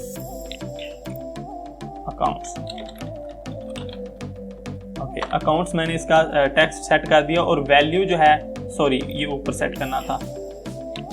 ओके, तो हमने अकाउंट्स को सेट कर दिया। अब टैग स्टोर करना है और वैल्यू स्टोर करनी है। ठीक है, टैग हमारा ये होगा जी, हमारा टैग। ठीक है, तो ये टैग कहाँ से आएगा, ये हमारा फ़ोन नंबर ही है और कुछ नहीं है, ये हमारा फ़ोन नंबर है। और उसके बाद फ़ोन नंबर के बाद जो वैल्यू स्टोर होनी है वो कुछ इस तरह से स्टोर होंगी। तो यहाँ पर थोड़ा सा कॉम्प्लिकेटेड पार्ट है, तो मैं एक काम करता हूँ, मैं फ़ोन नंबर लेता हूँ सबसे पहले। तो मुझे चाहिए जी ज्वाइन, और टैग के अंदर मुझे थोड़ी सी ज्वाइनिंग करनी होगी। ठीक है, और यहाँ पर जो है वो ज्वाइन आपने ले लेना है, और ज्वाइन के अंदर हम सबसे पहले तो अपना फ़ोन नंबर ऐड करेंगे। ठीक है, तो Ctrl+C Ctrl+V, यहाँ पर फ़ोन नंबर ऐड किया, और उसके बाद ये जो सेकंड है इसके अंदर हमने एक और चीज़ ऐड करनी है, एक और स्ट्रिंग ऐड करते हैं ताकि स्पेस बन जाए। ओके, एंड एक और स्ट्रिंग ऐड करनी होगी। ठीक है, मोबाइल नंबर ऐड किया सबसे पहले, और फिर एक टेक्स्ट बॉक्स लिया यहाँ पर, और इसके अंदर हमने ये स्लैश डाल दी। ठीक है, और उसके बाद हमें एक और टेक्स्ट बॉक्स लेना होगा यहाँ पर और एक यहाँ पर, और दरमियान वाले में जो है वो हम अपना टैग नेम लिखेंगे। एग्जाम्पल के लिए यहाँ पर ये नेम है तो हम नेम स्टोर करना चाहते हैं, तो मैं यहाँ पर बोलूँगा नेम। ओके, और इसके अंदर वैल्यू के अंदर हम सिंपली नेम जो है उसको स्टोर कर देते हैं। Ctrl+C Ctrl+V करता हूँ, इसको उठा लिया और यहाँ पर सेट कर दिया। ठीक है, इसको कॉपी किया, ये नेम वाला टेक्स्ट है तो उसको हमने यहाँ पर स्टोर कर दिया। ये हो गया हमारा एक के लिए काम। ठीक है, अब मैं दूसरा इसको Ctrl+C Ctrl+V करता हूँ। ओके, और Ctrl+C Ctrl+V दोबारा से। ओके, तो सेम इसी तरह से अब हम दूसरा जो है वो कर लेते हैं, किसके लिए, फ़ोन के लिए। ठीक है, फ़ोन नंबर के लिए। ठीक है, तो फ़ोन इसको नाम दे देता हूँ, और फ़ोन का जो यहाँ पर नीचे वैल्यू स्टोर हो रही है, इसको नेम टेक्स्ट से मैं जो है मोबाइल नंबर टेक्स्ट जो है वो चेंज कर देता हूँ। और उसके बाद ये नीचे वाला जो है उसको भी हम चेंज करते हैं। यहाँ पर इसका पहले टैग नेम चेंज करते हैं, तो इसको हम बोलते हैं पासवर्ड। ओके, और नेम टेक्स्ट जो है उसको हम चेंज करके पासवर्ड टेक्स्ट बॉक्स कर लेते हैं। ठीक है, तो ये कुछ इस तरह से होगा।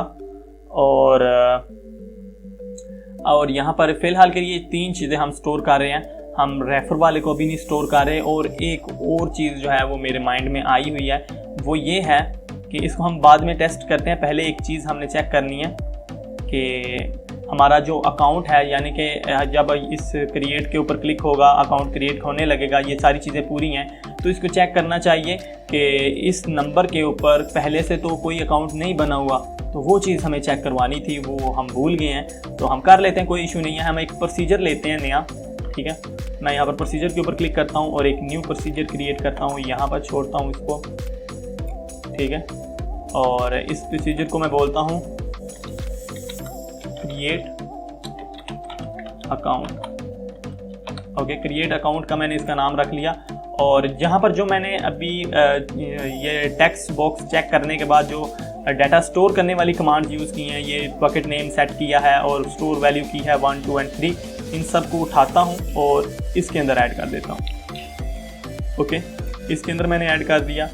तो जब हम इस क्रिएट अकाउंट प्रोसीजर को कॉल करेंगे तो ये हमारा डाटा जो है वो स्टोर कर देगा। ठीक है, तो उससे पहले हमने यहाँ पर जो टेक्स्ट बॉक्स सारे चेक किए हैं कि एम्प्टी तो नहीं है। ठीक है, अगर एम्प्टी नहीं है तो फिर क्या होना चाहिए, तो फिर इसको चेक करना चाहिए था कि डेटाबेस के अंदर अकाउंट्स के अंदर कोई ये वाला नंबर जो है ये पहले से तो नहीं एग्जिस्ट करता। अगर पहले से मौजूद है तो अकाउंट ना बनने दे। ठीक है, ये चीज़ हमने करनी थी। तो मैं आ जाता हूँ यहाँ पर दोबारा से। आपको सिंपली क्या करना है, आपको नीचे आना होगा और अपना जो डेटाबेस वाला हमारा कंपोनेंट है उसके ऊपर क्लिक करना है और थोड़ा सा इसको स्क्रॉल डाउन करें और यहाँ से जी आपने गेट टैग लिस्ट जो है एक आपको कमांड मिलेगी, ये उठा के आपने यहाँ पर सेट कर देनी है। ठीक है, गेट टैग लिस्ट। इससे ये होगा कि ये आपकी बकेट के अंदर मौजूद, ये वाली मेन बकेट जो है इसके अंदर मौजूद जितने भी टैग होंगे, टैग ये एक टैग है। ठीक है, जितने भी टैग्स होंगे यानी कि जितने भी नंबर होंगे उन सब की एक लिस्ट ले लेगा और फिर हम उस लिस्ट को गेट करने के बाद जो है चेक कर सकते हैं कि उस लिस्ट के अंदर ये वाला फ़ोन नंबर जो यूज़र ने अभी टाइप किया है क्या उसके अंदर मौजूद तो नहीं है, मैच तो नहीं कर रहा। अगर मैच कर रहा है तो हम सिंपली यूज़र को शो करवा देंगे कि ये नंबर जो है ये पहले से रजिस्टर है, इसके ऊपर पहले से अकाउंट बना हुआ है, अपना कोई और नंबर यूज़ करो। ठीक है, तो गेट टैग लिस्ट हमने यहाँ पर कॉल करना है सिर्फ, और इससे थोड़ा सा नीचे आ जाते हैं और दोबारा से मैं जाता हूँ अकाउंट DB के अंदर, अपना फायरबेस अकाउंट कंपोनेंट के अंदर, और यहाँ पर आपको एक कमांड मिलेगी व्हेन टैग लिस्ट। ओके, तो ये आपने टैग लिस्ट वाली जो है कमांड उठा लेनी है और इसके अंदर हमने कंडीशन लगानी है इफ टाइप करते हैं is in list. Okay, is in list, ये आपने लिस्ट उठा लेनी है। ठीक है, ये कमांड के अंदर यूज़ होगी और इसमें हमने बोलना है थिंग एंड लिस्ट। यहाँ पर आप गौर करोगे तो ये टैग लिस्ट का जो रिस्पॉन्स आएगा उसको हमें देगी। तो यहाँ पर बोला हमने कंडीशन लगाई है if is in list thing और लिस्ट। थिंग के अंदर क्या चीज़ है ये पूछ रहा है कि क्या चीज़ आप चेक करना चाह रहे हो लिस्ट के अंदर। तो थिंग के अंदर आपने सिंपली वो मोबाइल नंबर जो है जो यूज़र ने एंटर किया हो उसका टेक्स्ट आपने दे देना है। ठीक है, मैंने इसको Ctrl+C Ctrl+V कॉपी कर लिया, थोड़ा नीचे आता हूँ और यहाँ पर थिंग के अंदर इसको सेट कर देता हूँ। मैं इसको बोल रहा हूँ कि ये वाला फ़ोन नंबर है, इसको चेक करो लिस्ट के अंदर से। अब इसको लिस्ट जो है वो इस टैग के अंदर मौजूद है, इस कमांड के अंदर मौजूद है, तो हमने लिस्ट लेनी है वैल्यू के अंदर से। इसके ऊपर आप कर्सर लेकर आएंगे, गेट वैल्यू आएगा, गेट वैल्यू उठाएं और यहाँ पर सेट कर दें। ठीक है, ये तमाम की तमाम लिस्ट को इसके अंदर डाल देगा, कंडीशन के थ्रू इस थिंग को इस लिस्ट के अंदर से चेक करेगा। ठीक है, अगर ये थिंग जो है यानी ये फ़ोन नंबर जो है इस लिस्ट के अंदर मौजूद है तो यहाँ पर ये कमांड एग्जीक्यूट होगी, अगर नहीं मौजूद तो एल्स वाली कमांड हम यहाँ पे लगा देते हैं और एल्स वाली कमांड एग्जीक्यूट होगी। तो अभी ये है कि अगर ये मौजूद है पहले से ही तो यहाँ पर शो हो जाए कि ये अकाउंट जो है ये पहले से रजिस्टर्ड है। तो उसके लिए मैं क्या करता हूँ कि मैं यहाँ पर नोटिफाइड शो करता हूँ।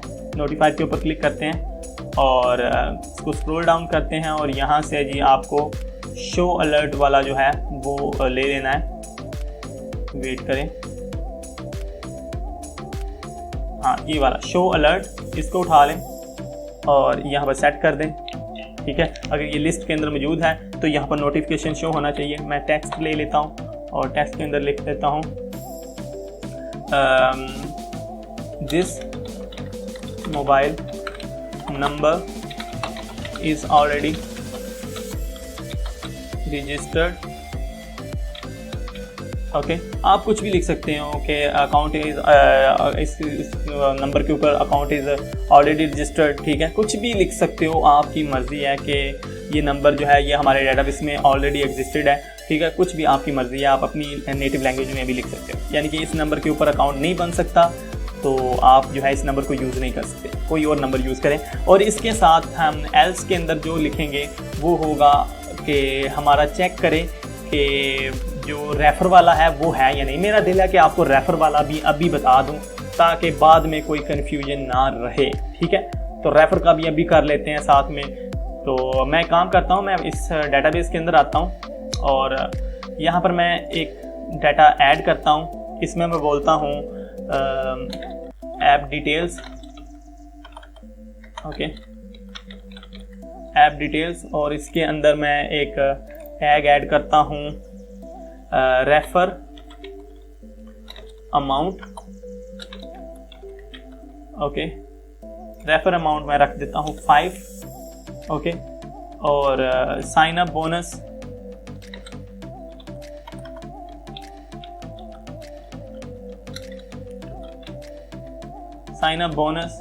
तो मैं साइन अप बोनस जो है वो रख देता हूं जी 5 रुपीज़। ओके, तो ये सिंपल मैंने एक डाटा ऐड किया। आपको सेम इसी तरह से डाटा ऐड कर लेना है। मैं आपको रेफ़र वाला भी साथ में ही बताने वाला हूँ। ठीक है, क्योंकि बाद में जो है वो काफ़ी टाइम लग जाएगा और अभी आप समझ रहे हैं तो आपको साथ ही समझ आ जाए तो ये अच्छी बात है। ठीक है, तो रेफ़र अमाउंट और साइन अप बोनस। तो मैं आ जाता हूँ दोबारा से यहाँ पर। अब यहाँ पर जो यूज़र ने अगर यहाँ पर लिखा हुआ है अपना रेफ़र वाला भी लिखा हुआ है। ठीक है, रेफ़र के अंदर भी फ़ोन नंबर लिख दिया हुआ है किसी का। ठीक है, तो हमने सिंपली क्या करना है, हमने चेक करना है कि क्या जो यूज़र ने रेफ़र वाला लिखा हुआ है वो अवेलेबल है हमारे डेटाबेस के अंदर कि नहीं। तो उसके लिए हमें सिंपली एक चीज़ करनी होगी कि टैग गेट करवाना होगा। मैं एक काम करता हूँ, मैं डिज़ाइनर में आता हूँ और यहाँ पर आके गूगल के ऊपर आता हूँ और यहाँ से फायरबेस डेटाबेस लेता हूँ। ओके, डेटाबेस लिया और इसकी प्रोजेक्ट बकेट का नाम मैं रख लेता हूँ refer list. Okay, refer list मैंने रख दिया इसका नाम, और इसके अंदर फायरबेस टोकन और फायरबेस यूआरएल जो है वो हमें पेस्ट करना होगा। तो मैं फायरबेस टोकन और फायरबेस यूआरएल जो है वो मैं पेस्ट कर देता हूँ। मेरे पास टोकन भी पड़ा हुआ है और फायरबेस यूआरएल जो है वो भी अवेलेबल है, तो मैं फायरबेस यूआरएल जो है वो भी इसके अंदर डाल देता हूँ। ओके, और रेफ़र लिस्ट मैंने इस बकेट का नेम रखा हुआ है।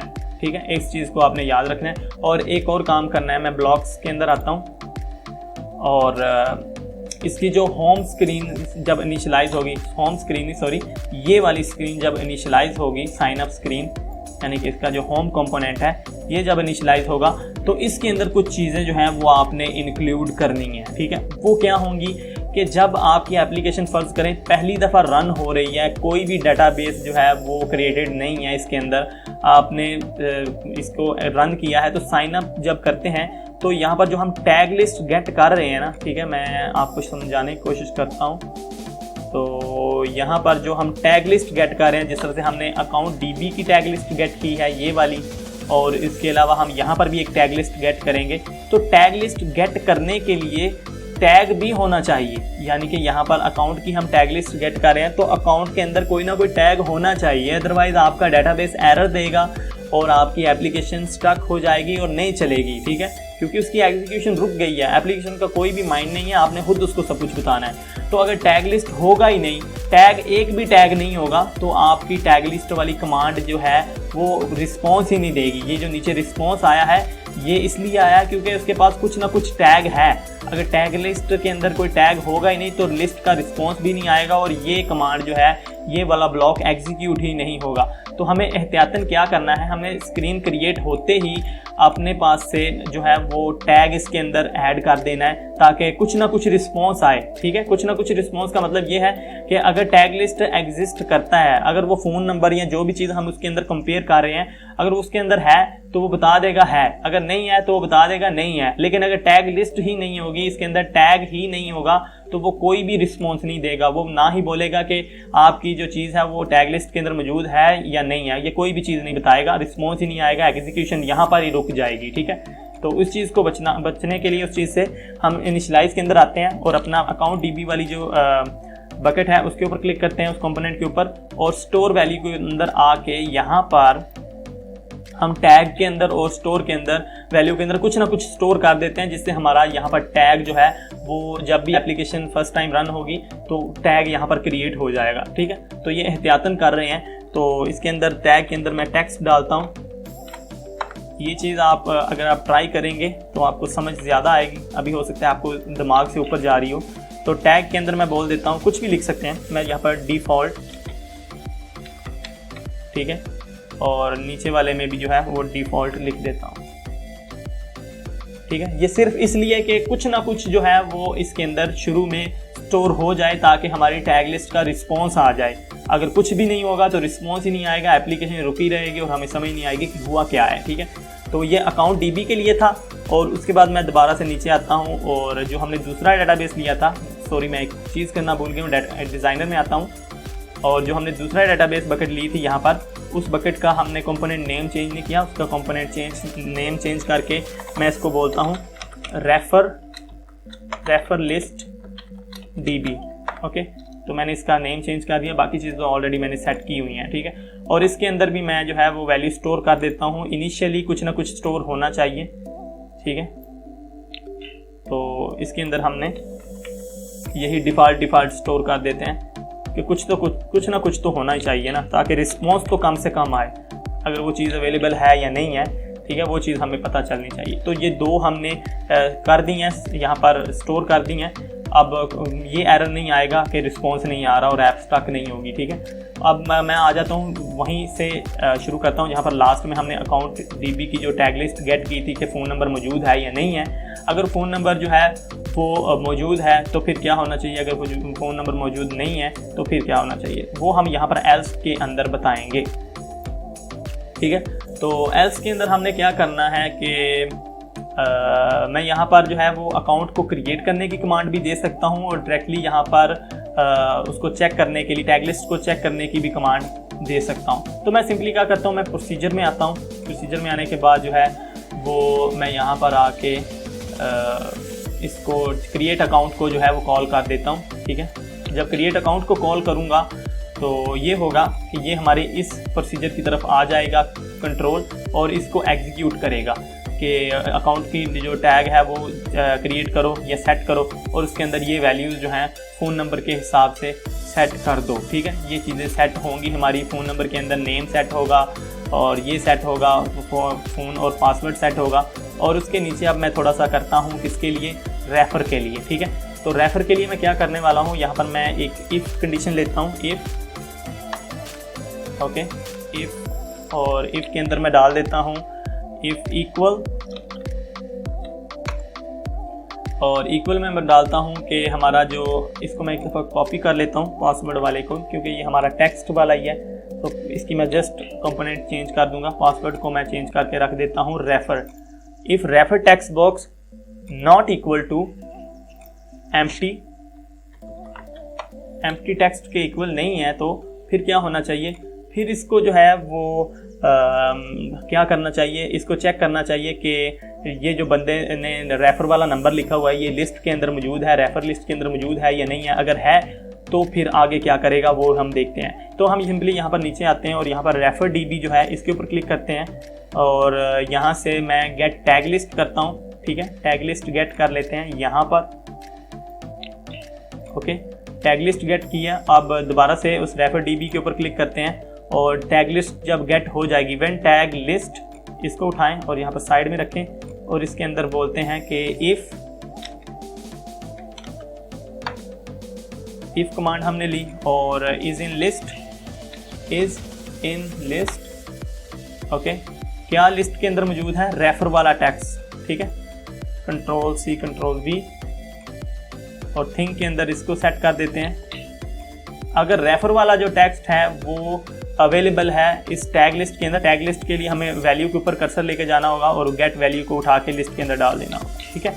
अगर जो रेफर टेक्स्ट है वो इसके अंदर मौजूद है, ठीक है, इस लिस्ट के अंदर मौजूद है, तो फिर क्या होना चाहिए? इसको चाहिए कि जितनी हमने प्राइस यहाँ पर रखी हुई है रेफर के लिए, रेफर अमाउंट, ये प्राइस जो है उस रेफर किए हुए बंदे के अकाउंट में चली जाए, ठीक है। और अगर वो उसने नहीं लिखा हुआ, ठीक है, यानी कि वो रेफर जो है यहाँ पर मौजूद ही नहीं है, वो उसने ऐसे ही रैंडमली कुछ लिख दिया, तो उसको रेफर की अमाउंट नहीं जाएगी उस नंबर को, जो नंबर उसने रैंडमली लिखा हुआ है, ठीक है। और साइन अप बोनस जो है वो अकाउंट क्रिएट करने के ऊपर मिलेगा, जब बंदा जो है वो अकाउंट क्रिएट करता है किसी के रेफ़र किए हुए नंबर के ऊपर, ठीक है। अगर किसी ने रेफ़र किया था, रेफ़र ठीक निकला है, तो फिर उसको साइन अप बोनस मिलेगा, अदरवाइज उसका अकाउंट जो है वो 0 से स्टार्ट होगा, ठीक है। तो मैं आ जाता हूँ दोबारा से कोडलर के अंदर और यहाँ पर जी हमने क्या करना है कि अगर रेफ़र जो है वो उसके अंदर अवेलेबल है तो फिर क्या होगा, तो फिर हमने अकाउंट तो क्रिएट करना ही करना है, उस बंदे के अकाउंट के अंदर पैसे भी डालने हैं, ठीक है। तो उसके लिए मैं डिज़ाइनर में जाता हूँ, ठीक है। और डिज़ाइनर में जाने के बाद मुझे एक चीज़ चाहिए, मैं एक चीज़ कंफर्म करना चाहता हूँ कि अकाउंट्स के अंदर आएगा और यहाँ से जी ये रेफ़र होगा, ठीक है। और बैलेंस के लिए मैं यहाँ पर एक अलहदा से बकेट भी बना सकता हूँ और चाहूँ तो इसके अंदर भी उसको सेट कर सकते हैं, ठीक है। इसके अंदर भी उसको हम बना सकते हैं कि यहाँ पर उसका यूज़र का बैलेंस शो हो। तो मेरा दिल है कि यहाँ पर अकाउंट के अंदर इसके अंदर ही उसका बैलेंस शो होना चाहिए, अलहदा से कोई बकेट नहीं बनाते, ठीक है। तो उसके लिए क्या करते हैं, मैं आ जाता हूँ दोबारा से ब्लॉक्स के अंदर और यहाँ पर जी वैल्यू स्टोर करते हैं। यहाँ पर जो लास्ट में पासवर्ड के बाद वैल्यू स्टोर हो रही थी, मैं इसको कंट्रोल सी कंट्रोल वी करता हूँ, ठीक है। और यहाँ पे इसको सेट करता हूँ, ठीक है। तो यहाँ पर मैं टैग, मोबाइल नंबर और पासवर्ड, और यहाँ पर मैं सिंपली इसके अंदर लिखता हूँ बैलेंस, ओके, बैलेंस। और बैलेंस के अंदर जो वैल्यू स्टोर होनी है, ठीक है, वो फ़िलहाल के लिए अभी मैं जो है वो 0 ही स्टोर करने वाला हूँ, ठीक है। इनिशियली इसके अंदर 0 स्टोर होगा और अब देखते हैं कि इसके अंदर क्या करना है हमने कि रेफ़र जो है वो जब लिस्ट के अंदर मौजूद है रेफ़र वाला नंबर, तो फिर हमने जो है पैसे गेट करवाने हैं इस बकेट्स के अंदर से। ये वाली जो बकेट है ऐप डिटेल वाली, इसकी बकेट के अंदर से हमने पैसे गेट करवाने हैं, रेफ़र की अमाउंट, और उसको ऐड कर देना है यहाँ पर यूज़र का जो बैलेंस शो होगा। ये एग्जांपल के लिए बता रहा हूँ, BALANCE बैलेंस। और इसके अंदर अगर पहले से 0 है तो बैलेंस के अंदर उसके पैसे जो हैं वो ऐड होने चाहिए, ठीक है। अब यहाँ पर ऐप डिटेल्स के अंदर रेफर अमाउंट और साइन अप बोनस जो है, इनकी अमाउंट्स हमने गेट करके अपने कोड के अंदर स्टोर करके रखनी, ताकि एग्जीक्यूशन के दौरान जो है वो हम इनको गेट कर सकें। तो सिंपली हम यहाँ पर फायरबेस डेटाबेस का एक और कंपोनेंट लेते हैं, ठीक है, और एक और कंपोनेंट ले लेते हैं, 2 कंपोनेंट्स ले लेते हैं, जो कि एक होगा इस रेफर अमाउंट के लिए और दूसरा साइन अप बोनस के लिए, ठीक है।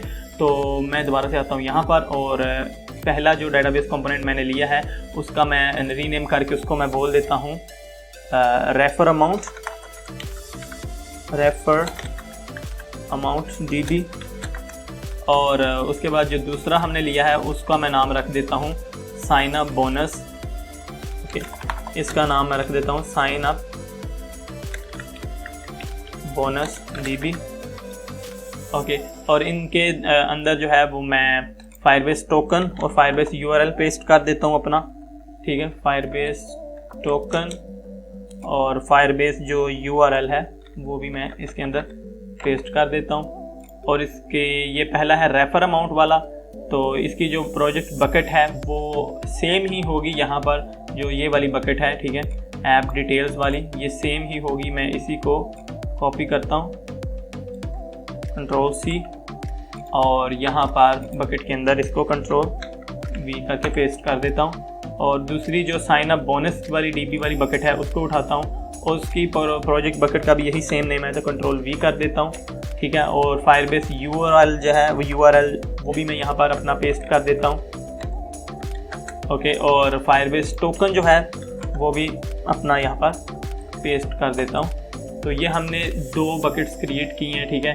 एक साइन अप बोनस की वैल्यू गेट करने के लिए और एक रेफर अमाउंट की वैल्यू गेट करने के लिए, ठीक है। तो मैं ब्लॉक्स के अंदर आ जाता हूँ और यहाँ पर जो हमने साइन अप स्क्रीन जो है इनिशियलाइज वाला ब्लॉक लिया था उसी के अंदर हमने इन वैल्यूज़ को गेट कर लेना, ताकि डिले ना हो, ज़्यादा टाइम ना लगे जब हम अकाउंट क्रिएट करते हुए वैल्यूज़ को स्टोर करेंगे, तो ठीक है। तो अब यहाँ पर साइन अप इनिशियलाइज वाली जो स्क्रीन है, यहाँ पर ब्लॉक है, इसी के अंदर हमने वैल्यूज़ को गेट करवाना है, ठीक है। जो 2 वैल्यूज़ हैं हमारे पास यहाँ पर रेफर अमाउंट और साइन अप बोनस की, ठीक है।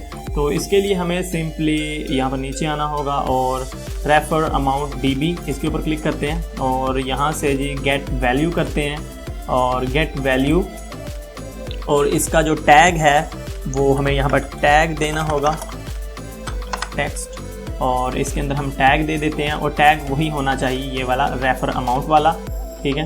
तो मैं सिंपली इसको यहाँ से कॉपी कर लेता हूँ, कोडलोड में आके यहाँ पर टैग में पेस्ट कर देता हूँ। ये हो गया हमारा रेफर अमाउंट वाला, ये वैल्यू को गेट करेगा, इस वैल्यू को जो इसके अंदर लिखी हुई है, ये 5 है फ़िलहाल, तो इसकी वैल्यू को वो गेट करेगा, ठीक है। तो उसके बाद हमें एक और वैल्यू गेट करवानी है जो नीचे वाली है साइन अप बोनस वाली, ठीक है। इसकी कमांड भी लगानी होगी, तो मैं इसी को कॉपी कर लेता हूँ Ctrl+C Ctrl+V से, और इसका कंपोनेंट चेंज कर लेता हूँ और इसको साइन अप बोनस DB दे देता हूँ, जो कि साइन अप बोनस की वैल्यू गेट करेगी। और इसका टैग जो है वो चेंज करना होगा हमें, तो टैग इसका मैं ये दे लेता हूँ साइन अप बोनस, ओके। इसको कॉपी कर लेता हूँ और यहाँ पर पेस्ट कर देता हूँ, ठीक है। अब ये वैल्यू गेट करने की कमांड है, जब वैल्यू गेट कर लेगा तो फिर अभी सबसे पहले जो ये रेफर अमाउंट है इसकी वैल्यू गेट की ये कमांड है, तो जब ये वैल्यू गेट कर लेगा तो उसके लिए हमें दोबारा से रेफर अमाउंट DB वाला जो कंपोनेंट है उसके ऊपर क्लिक करते हैं और यहाँ पर आपको एक ब्लॉक मिलेगा गॉट वैल्यू। जब वैल्यू मिल जाएगी, इसको ले लें, इसको यहाँ पर छोड़ें, और जब वैल्यू मिल जाएगी तो फिर उस वैल्यू को किसी जगह पर हम स्टोर कर देते हैं जो कि हमारे कोड में महफूज रहे, और जब हम उसको कहीं पर यूज़ करने लगे हैं तो हम सिंपली उस वैल्यू को गेट कर सकें, ठीक है, हमें दोबारा से ये कॉल ना करना पड़े। तो उसके लिए आप सिंपली ऊपर आएँ, एक वेरिएबल के ऊपर क्लिक करें और यहाँ पर एक वेरिएबल क्रिएट कर लेते हैं। तो यहाँ से इनिशियलाइज ग्लोबल वेरिएबल जो है इसको उठा लें और यहाँ पर एक वेरिएबल क्रिएट करते हैं और इसको मैं नाम वेरिएबल का रख लेता हूँ यहाँ पर रेफर अमाउंट, ओके। और अभी फ़िलहाल इसको एम्प्टी रखता हूँ या फिर टेक्स्ट लेता हूँ यहाँ पर, और वेट, एक एम्प्टी टेक्स्ट मुझे चाहिए, Ctrl+C Ctrl+V, इस एम्प्टी टेक्स्ट को यहाँ पर सेट करता हूँ और फ़िलहाल के लिए इसकी वैल्यू जो है वो मैं 0 रख देता हूँ, ठीक है। इनिशियल वैल्यू 0 होगी, ठीक है। और इसके ऊपर कर्सर लेकर आएँ और सेट वैल्यू वाला जो कमांड है इसको उठा लें, ठीक है। इसके ऊपर आपने कर्सर लेकर आना है और सेट वैल्यू और गेट वैल्यू दोनों आपको मिल जाएंगे, ठीक है। तो अगर आपने कहीं पर वैल्यू इसकी गेट करनी है तो ये ऊपर वाला लेंगे, सेट करनी है तो ये वाला लेंगे, तो सेट वाला आपने ले लेना है और उसके अंदर वैल्यू आपने यहाँ पर कर्सर लेकर आएंगे गॉट वैल्यू में से, और यहाँ से इसकी वैल्यू गेट करके आप यहाँ पर जो है इसको सेट कर सकते हैं। अब वैल्यू जब गेट होगी तो वो इस वेरिएबल के अंदर स्टोर हो जाएगी, और सेम इसी तरह से दूसरा जो साइन अप बोनस DB है जिसके अंदर साइन अप बोनस की वैल्यू आएगी उसके लिए भी हमें सेम यही काम करना है। तो मैं सिंपली इसी को कॉपी करता हूँ Ctrl+C Ctrl+V, ओके। और इसका जो कंपोनेंट नेम है इसको चेंज करके मैं साइन अप बोनस DB रख लेता हूँ और यहाँ पर एक और वेरिएबल बना लेता हूँ Ctrl+C Ctrl+V करके, और इस वेरिएबल को नाम मैं दे देता हूँ sign up bonus amount, okay, sign up bonus amount. और इसको जो साइन अप की जो बोनस की वैल्यू गेट होगी उसको भी मैं चेंज करके साइन अप बोनस अमाउंट यानी कि ये वाला वेरिएबल जो है वो यहाँ पर असाइन कर देता हूँ। अब जब भी वैल्यूज़ ये स्टार्ट होगी स्क्रीन, तो इन दोनों की जो वैल्यूज़ जो यहाँ पर डेटाबेस के अंदर पड़ी हुई हैं ठीक है, वो ऑटोमेटिकली यहाँ पर आके इन वेरिएबल्स के अंदर स्टोर हो जाएंगी और हम इनको यूज़ कर पाएंगे अगर हम यहाँ पर एग्जीक्यूशन करवाते हैं कि अगर टैग लिस्ट के अंदर जो है वो यूज़र का जो नंबर है मौजूद है, ठीक है, तो वो स्टोर हो जाएगा। तो अभी एक दफ़ा इसको टेस्ट करना बनता है, क्योंकि जितनी भी हमने चीज़ें की हैं यहाँ पर अभी ये जितनी भी कोड हमने लिखा हुआ है, ब्लॉक्स लिखे हैं, इसको हमने एक दफ़ा भी टेस्ट नहीं किया। ठीक है, टेस्ट करते हैं, हो सकता है इसमें कहीं ना कहीं कोई एरर्स आएंगे, तो जो एरर्स आएंगे उसको भी हम साथ साथ रिजॉल्व करते हैं और साथ ही इस टैग लिस्ट को भी जो है वो टेस्ट करते हैं। ठीक है, तो अभी फ़िलहाल टैग लिस्ट का काम कहाँ तक पहुँचा है कि टैग लिस्ट गेट करेगा। जब टैग लिस्ट गेट करेगा तो वो चेक करेगा कि अगर टैग लिस्ट इसके अंदर मौजूद है, ठीक है, तो फिर क्या करना है उसने।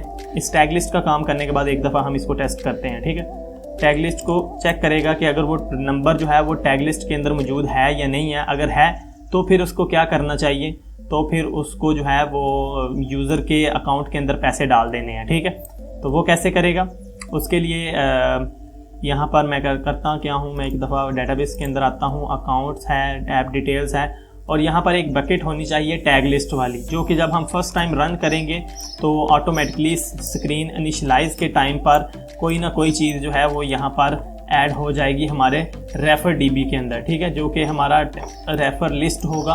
ठीक है, एक दफ़ा मैं इसको रन करता हूँ और फिर आपको दिखाता हूँ कि ये कैसे वर्क करेगा। फ़िलहाल के लिए जो है मैं इस टैग लिस्ट को जो है डिसेबल करता हूँ, यहाँ से भी डिसेबल कर देता हूँ। ठीक है, और सिर्फ एक दफ़ा अकाउंट क्रिएट होने तक का काम देखते हैं। डिसेबल कर देता हूँ इसको भी और इसको भी। ओके, ये दोनों मैंने डिसेबल अभी किए हुए हैं। अभी सिर्फ इतना होना चाहिए कि जब भी अकाउंट क्रिएट हो तो यूज़र का जो अकाउंट है उसकी सारी डिटेल्स उसके अंदर स्टोर हो जानी चाहिए। ठीक है, और यहाँ तक बैलेंस भी उसका जो है वो 0 स्टोर हो जाना चाहिए शुरू में। ठीक है, और फ़िलहाल इसको एक दफ़ा टेस्ट करते हैं और देखते हैं कि किस तरह से ये वर्क कर रहा है या नहीं कर रहा। और जो डेटाबेस है इसके अंदर ये जो अकाउंट्स है इसको मैं डिलीट कर रहा हूँ अभी फ़िलहाल के लिए, क्योंकि ये तो हमने एग्जांपल के लिए बनाया था, ये खुद ब खुद क्रिएट होना चाहिए। और जो ऐप डिटेल वाला है ये डिलीट नहीं करना, ये हमने खुद ही एंटर करके पहले से रखना है अपने डेटाबेस में, तब ये वर्क करेगा। ठीक है, और बाकी जो रेफर लिस्ट है और अकाउंट की डिटेल्स है वो ऑटोमेटिकली क्रिएट होनी चाहिए। जो हमने ब्लॉक्स लिखे हुए हैं उसके हिसाब से वो खुद ब खुद क्रिएट होना चाहिए और हमारा काम होना चाहिए।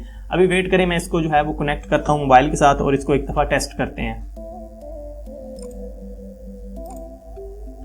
हमारी ऐप जो है वो कनेक्ट हो चुकी है। ठीक है, और मैं डेटाबेस में आता हूँ तो यहाँ पर आप देखेंगे तो ऑटोमेटिकली अकाउंट्स और अकाउंट्स के अंदर डिफ़ॉल्ट लिखा हुआ आ रहा है, और रेफर लिस्ट और उसके अंदर डिफ़ॉल्ट लिखा हुआ आ रहा है। ये जब हमारी ऐप रन होगी तो उसके शुरू में ही जो हमने इनिशियलाइज में लिखा हुआ था कि सेफ्टी के लिए बाय डिफ़ॉल्ट जो है वो बकेट्स कुछ ना कुछ ऐड कर दे, ताकि टैग लिस्ट जब गेट किया जाए तो कोई भी एरर नहीं आना चाहिए। ठीक है, कोई रिस्पॉन्स कम अज़ कम आता रहे। ठीक है, तो ये उसने फर्स्ट टाइम में ऑटोमेटिकली ऐड कर दिया हुआ है। ठीक है, अकाउंट्स और रेफर लिस्ट। अब जो है वो हम अकाउंट को क्रिएट करके चेक करते हैं कि बाकी हमारे ब्लॉक्स जो हैं वो काम कर रहे हैं या नहीं कर रहे। ठीक है, तो मैं भी इसको टेस्ट करता हूँ। ओके, और अभी देखते हैं कि ये किस तरह से वर्क करता है। तो मैं सबसे पहले जो है वो अगर कुछ भी नहीं लिखता, साइन अप बटन के ऊपर क्लिक करता हूँ तो यहाँ पर लिखा हुआ आ रहा है कि एंटर नेम। ठीक है, ये एरर हमने जो सेट किया था वो शो हो रहा है, और मैं यहाँ पर नेम लिखता हूँ और उसके बाद अगर एंटर करता हूँ तो बोलेगा मोबाइल नंबर एंटर करें। ठीक है, और एक गलती हुई है मेरे से कि यहाँ पर मोबाइल नंबर की जगह जब एरर हमने सेट करना था तो मोबाइल नंबर का एरर नहीं मेरे ख्याल से सेट हुआ, तो ये हम बाद में चेक कर लेते हैं। यहाँ पर वो ऊपर वाला एंटर नेम वाला ही एरर अभी लगा हुआ है, तो ये चीज़ें जो हैं ये हम साथ साथ चेक कर रहे हैं, इसीलिए टेस्ट किया जाता है। ठीक है, तो फ़ोन नंबर जो है वो मैं यहाँ पर 1 2 3 4 5 6 और 7 8 तक दे लेता हूँ। और पासवर्ड जो है, अगर पासवर्ड ना लगाएं तो यहाँ पर भी अभी भी एंटर नहीं शो कर रहा है, यानी कि हमने वो एरर वाला टेक्स्ट जो है वो सारू का नहीं चेंज किया हुआ, तो इसलिए ये इस तरह से हो कर रहा है। और पासवर्ड जो है 1 2 3 4 5 तक रख लेता हूँ। एंड ऑप्शनल जो रेफर नंबर है वो हम लगाएं या ना लगाएं, ठीक है, उसके बगैर भी अकाउंट जो है वो बन जाएगा। ठीक है, तो फिलहाल मैं कुछ भी नहीं वहाँ पर लगाने वाला, और मैं साइन अप के ऊपर क्लिक करता हूँ। और जब साइन अप के ऊपर क्लिक करेंगे तो हमारा अकाउंट जो है वो क्रिएट हो जाना चाहिए यहाँ पर। ठीक है, तो अभी मैं जो है वो क्लिक करता हूँ यहाँ पर और देखते हैं कोई एरर तो नहीं आता। लेकिन एक चीज़ यह है कि जब हमने यहाँ पर ये लगाया हुआ है कि हमारा अकाउंट क्रिएट हो, तो क्रिएट होने के बाद जो है वो नोटिफिकेशन भी शो होना चाहिए कि अकाउंट क्रिएट हो चुका है। ठीक है, तो उसके लिए मैं एक काम करता हूँ, अभी जल्दी से मैं यहाँ पर एक नोटिफिकेशन जो है वो शो करवाता हूँ। उसके लिए मैं नीचे आता हूँ नोटिफायर के अंदर। ओके, नोटिफायर के अंदर आने के बाद यहाँ पर आपको मिल जाएगा शो अलर्ट। इसको उठा लें और यहाँ पर इसको छोड़ें, और यहाँ पर छोड़ने के बाद एक मैं इसके अंदर टेक्स्ट डाल लेता हूँ, और टेक्स्ट के अंदर मैं लिख देता हूँ अकाउंट क्रिएटेड सक्सेसफुली। ओके, कुछ भी आप लिख सकते हैं, ये सिर्फ मैंने एक एग्जांपल के लिए लिखा हुआ है ताकि शो हो जाए कम से कम कि हमारा जो अकाउंट है वो बन चुका है। ठीक है, तो इसको एक दफ़ा टेस्ट करते हैं। साइन अप के ऊपर क्लिक करता हूँ तो अकाउंट क्रिएटेड सक्सेसफुली लिखा हुआ आ चुका है। तो मैं चेक करता हूँ डेटाबेस के अंदर, तो डेटाबेस के अंदर ये देख सकते हैं हमारा फ़ोन नंबर शो हो रहा है। इसको मैं एक्सपेंड करता हूँ तो बैलेंस में हमारा बैलेंस अभी 0 शो हो रहा है। नेम हमारा जो है वो हलील शो हो रहा है, पासवर्ड 1 2 3 4 5, और फ़ोन नंबर भी हमारा शो हो रहा है यहाँ पर, यानी कि हमारा अकाउंट का सिस्टम जो है वो प्रॉपरली वर्क कर रहा है। अब मैं एक और अकाउंट इसमें बनाता हूँ, ठीक है, और देखते हैं उसका क्या हिसाब बनता है। ठीक है, तो मैं अभी यहाँ पर एक और अकाउंट लिखता हूँ, यहाँ पर हलील अहमद। फ़ोन नंबर जो है वो 78 तक था तो मैं 9 कर देता हूँ। पासवर्ड जो था वो मैं फिर से 1 2 3 4 5 1 2 3 4 5 रख देता हूँ। ठीक है, और साइन अप क्लिक करता हूँ। ठीक है, साइन अप के ऊपर हमारा अकाउंट क्रिएट हो चुका है, और डेटाबेस में भी आते हैं तो यहाँ पर भी हमारा न्यू यूज़र जो है वो ऐड हो चुका है। ठीक है, तो ये पहले वाला था 1 2 3 4 5 6 7 8, और ये 9 तक जो था उसका भी ये हलील अहमद, ये हमारा फ़ोन नंबर, और ये सारा मल्टीपल जो डिटेल्स हैं वो इसके अंदर स्टोर हो रही हैं। ठीक है, इस डिफ़ॉल्ट को आपने डिलीट नहीं करना, ये इसीलिए था ताकि टैग लिस्ट जब गेट हो तो रिस्पॉन्स जो है वो हमें कम से कम आता रहे। ये मैं बार बार इसलिए कह रहा हूँ कि आपको ये चीज़ें जो है आपके माइंड में बैठ जाएँ। आप में से बहुत से लोग बिगनर्स हैं, तो ये चीज़ें आपके माइंड में बैठ जाएंगी, तो आप इस तरह इसको समझेंगे, तो अच्छी तरह समझेंगे तो आप अपनी खुद की ऐप्स जो हैं वो अपने माइंड से सोच के बना लेंगे। ठीक है, तो ये हमारा अकाउंट्स का काम हो गया। अब जो रेफर लिस्ट है उसका अब हमने काम टेस्ट करना है। तो वो कैसे होगा? रेफर लिस्ट में अगर कोई बंदा मौजूद है तो उसके बाद जी उस बंदे का आना चाहिए, यहाँ पर रिकॉर्ड आना चाहिए। तो एक चीज़ हम यहाँ पर करते हैं, सबसे पहले जो हमसे गलती हुई है उन गलतियों को पहले रिजॉल्व करते हैं। यही असूल है, तो जब आप टेस्ट करें तो जो गलतियाँ आपको नज़र आती हैं पहले उनको रिजॉल्व करें। ठीक है, रेफर लिस्ट का भी मैं करता हूँ थोड़ी देर में। तो गलतियाँ हमसे ये हुई हैं, अभी यहाँ पर आते हैं, और जब हम यहाँ पर क्लिक कर रहे थे, ठीक है, यहाँ पर क्लिक कर रहे थे तो यहाँ पर हमें वो एंटर नेम का ही एरर दे रहा था। वो इसलिए था क्योंकि हमने यहाँ पर लिखा नहीं है कि यहाँ पर नेम की बारी, तो यहाँ पर चलो ठीक है एंटर नेम आ रहा है। दूसरी दफ़ा मोबाइल नंबर था, मोबाइल नंबर अगर नहीं है तो उसके अंदर यहाँ पर आना चाहिए कि एंटर मोबाइल नंबर। तो ये छोटी छोटी चीज़ें जो हैं वो मैं कभी कभी भूल जाता हूँ। एंटर मोबाइल नंबर, और ये जो है ये है पासवर्ड, तो इसको हम बोलते हैं एंटर पासवर्ड। ठीक है, enter name, enter mobile number, enter password, और ये हो गया ठीक। अब उसके बाद जी हमने एक और चीज़ करनी है जो मुझे करनी चाहिए थी, क्योंकि यहाँ पर जो डेटाबेस है इसकी रेफर लिस्ट के अंदर तो हर बंदे का नंबर आना चाहिए। ठीक है, यानी कि अगर ये 2 अकाउंट बने हैं तो इनका नंबर भी इस रेफर लिस्ट के अंदर आना चाहिए, क्योंकि जब कोई बंदा इन नंबर्स को यूज़ करेगा अपनी रेफर के बॉक्स के अंदर, तो ये रेफर लिस्ट चेक होगी कि क्या ये बंदा पहले से रजिस्टर है या नहीं है, तो वो हम इस रेफर लिस्ट से चेक कर लेंगे। तो इसलिए इनको हम यहाँ पर भी ऐड करते हैं। तो उसके लिए सिंपली करना क्या है, हमने दोबारा से आते हैं इसके अंदर और इस साइड में आते हैं, और रेफर लिस्ट की जो हमने बनाई थी डेटाबेस कंपोनेंट लिया था रेफर लिस्ट DB, उसको लेते हैं और स्टोर वैल्यू करके एक यहाँ से कमांड उठाते हैं और यहाँ पर ऐड कर देते हैं। और टैग के अंदर कुछ नहीं करना, आपने सिंपली मोबाइल नंबर ऐड कर देना है। ठीक है, Ctrl+C Ctrl+V कर लेते हैं, और जो यूज़र ने साइन अप के लिए मोबाइल नंबर दिया हुआ है उसको टैग में स्टोर कर देना है, और वैल्यू के अंदर जो है वो आप कुछ भी लिख दें। ठीक है, हमें सिर्फ जो है वो टैग स्टोर करना है, टैग से हमें मतलब है। तो टेक्स्ट मैं इसके अंदर कुछ भी ऐड कर देता हूँ। ठीक है, इसके अंदर मैं कुछ भी टेक्स्ट ऐड कर देता हूँ। इसको मैं जो है वो कुछ भी लिख देता हूँ। एक काम करता हूँ, इसके अंदर मैं उसका नाम लिख देता हूँ। ठीक है, इस नाम की हमें वैसे ज़रूरत नहीं है, लेकिन फिर भी हम उसका नाम यहाँ पर लिख देते हैं। Ctrl+C Ctrl+V करके ऊपर मोबाइल नंबर और नीचे जो है उसका नेम हम लिख देते हैं। ठीक है, नेम वाला टेक्स्ट बॉक्स जो है वो ऐड कर देते हैं। हमारा सिर्फ मकसद ये है कि इसका टैग जो है, मोबाइल नंबर टैग, वो इस रेफर लिस्ट के अंदर ऐड हो जाए। ठीक है, एक दफ़ा जब अकाउंट क्रिएट हो तो एक दफ़ा इसको टेस्ट भी कर लेते हैं। ठीक है, इसको टेस्ट करते हैं और रेफर लिस्ट के अंदर देखते हैं वो ऐड होता है या नहीं होता, या उसका क्या हिसाब होता है। ठीक है, तो अभी मैं यहाँ पर इसको दोबारा से जो है वो नंबर चेंज करता हूँ, या फिर उसी नंबर को एक दफ़ा करते हैं और देखते हैं क्या बनता है इसका। साइन अप के ऊपर क्लिक करता हूँ तो यहाँ पर लिखा हुआ है this mobile number is already registered, ये भी हमारा चेक हो गया। ठीक है, मैं दोबारा से क्लिक करता हूँ, this mobile number is already registered, क्योंकि इस नंबर के ऊपर पहले से अकाउंट बना हुआ है, ये भी चीज़ चेक होगी। और अब जो है मैं नंबर चेंज करता हूँ, इसके आगे 0 लगाता हूँ। अब मैंने चीज़ ये चेक करनी है कि हमारा ये फ़ोन नंबर रेफर लिस्ट के अंदर भी ऐड होना चाहिए। ठीक है, तो मैं साइन अप के ऊपर क्लिक करता हूँ। ठीक है, अकाउंट क्रिएट हो चुका है और रेफर लिस्ट के अंदर भी हमारा वो फ़ोन नंबर ऐड हो चुका है और आगे नेम आ रहा है। ठीक है, अब हम रेफर लिस्ट को भी चेक कर सकते हैं कि अगर कोई बंदा मेरा ये वाला नंबर अपने रेफर वाले बॉक्स के अंदर लिखेगा तो एप्लीकेशन इस रेफर लिस्ट के अंदर आके चेक करेगी ये नंबर मौजूद है कि नहीं। अगर है तो फिर इतने पैसे, ये जो ऐप डिटेल के अंदर रेफर अमाउंट लिखी हुई है, इतने पैसे मेरे इस नंबर के ऊपर मेरे यहाँ पर बैलेंस के अंदर ऐड कर देगा। ठीक है, बैलेंस के अंदर ऐड कर देगा, वो अभी हमने सेटिंग करनी है और उसके लिए ब्लॉकिंग करनी है हमने। ठीक है, यहाँ पर ऐड कर देगा और इतने जो साइन अप बोनस है, ठीक है, इतने पैसे जो है वो जिस बंदे ने अकाउंट क्रिएट किया है नया, उसके बैलेंस के अंदर ऐड कर देगा। ठीक है, अगर रेफर लिस्ट के अंदर वो रेफर वाला नंबर नहीं है, यानी कि उसने गलत नंबर ऐसे ही रैंडमली कुछ भी नंबर तुक्का लगा के लिख दिया है, तो इसका मतलब वो ऐसे ही रेफर के अंदर लगा रहा है, उसको किसी ने रेफर नहीं किया था, तो उसको 0 ही अमाउंट होगी उसकी बैलेंस की। ठीक है, उसको साइन अप बोनस नहीं मिलेगा। साइन अप बोनस उसी को मिलेगा जो कि जो है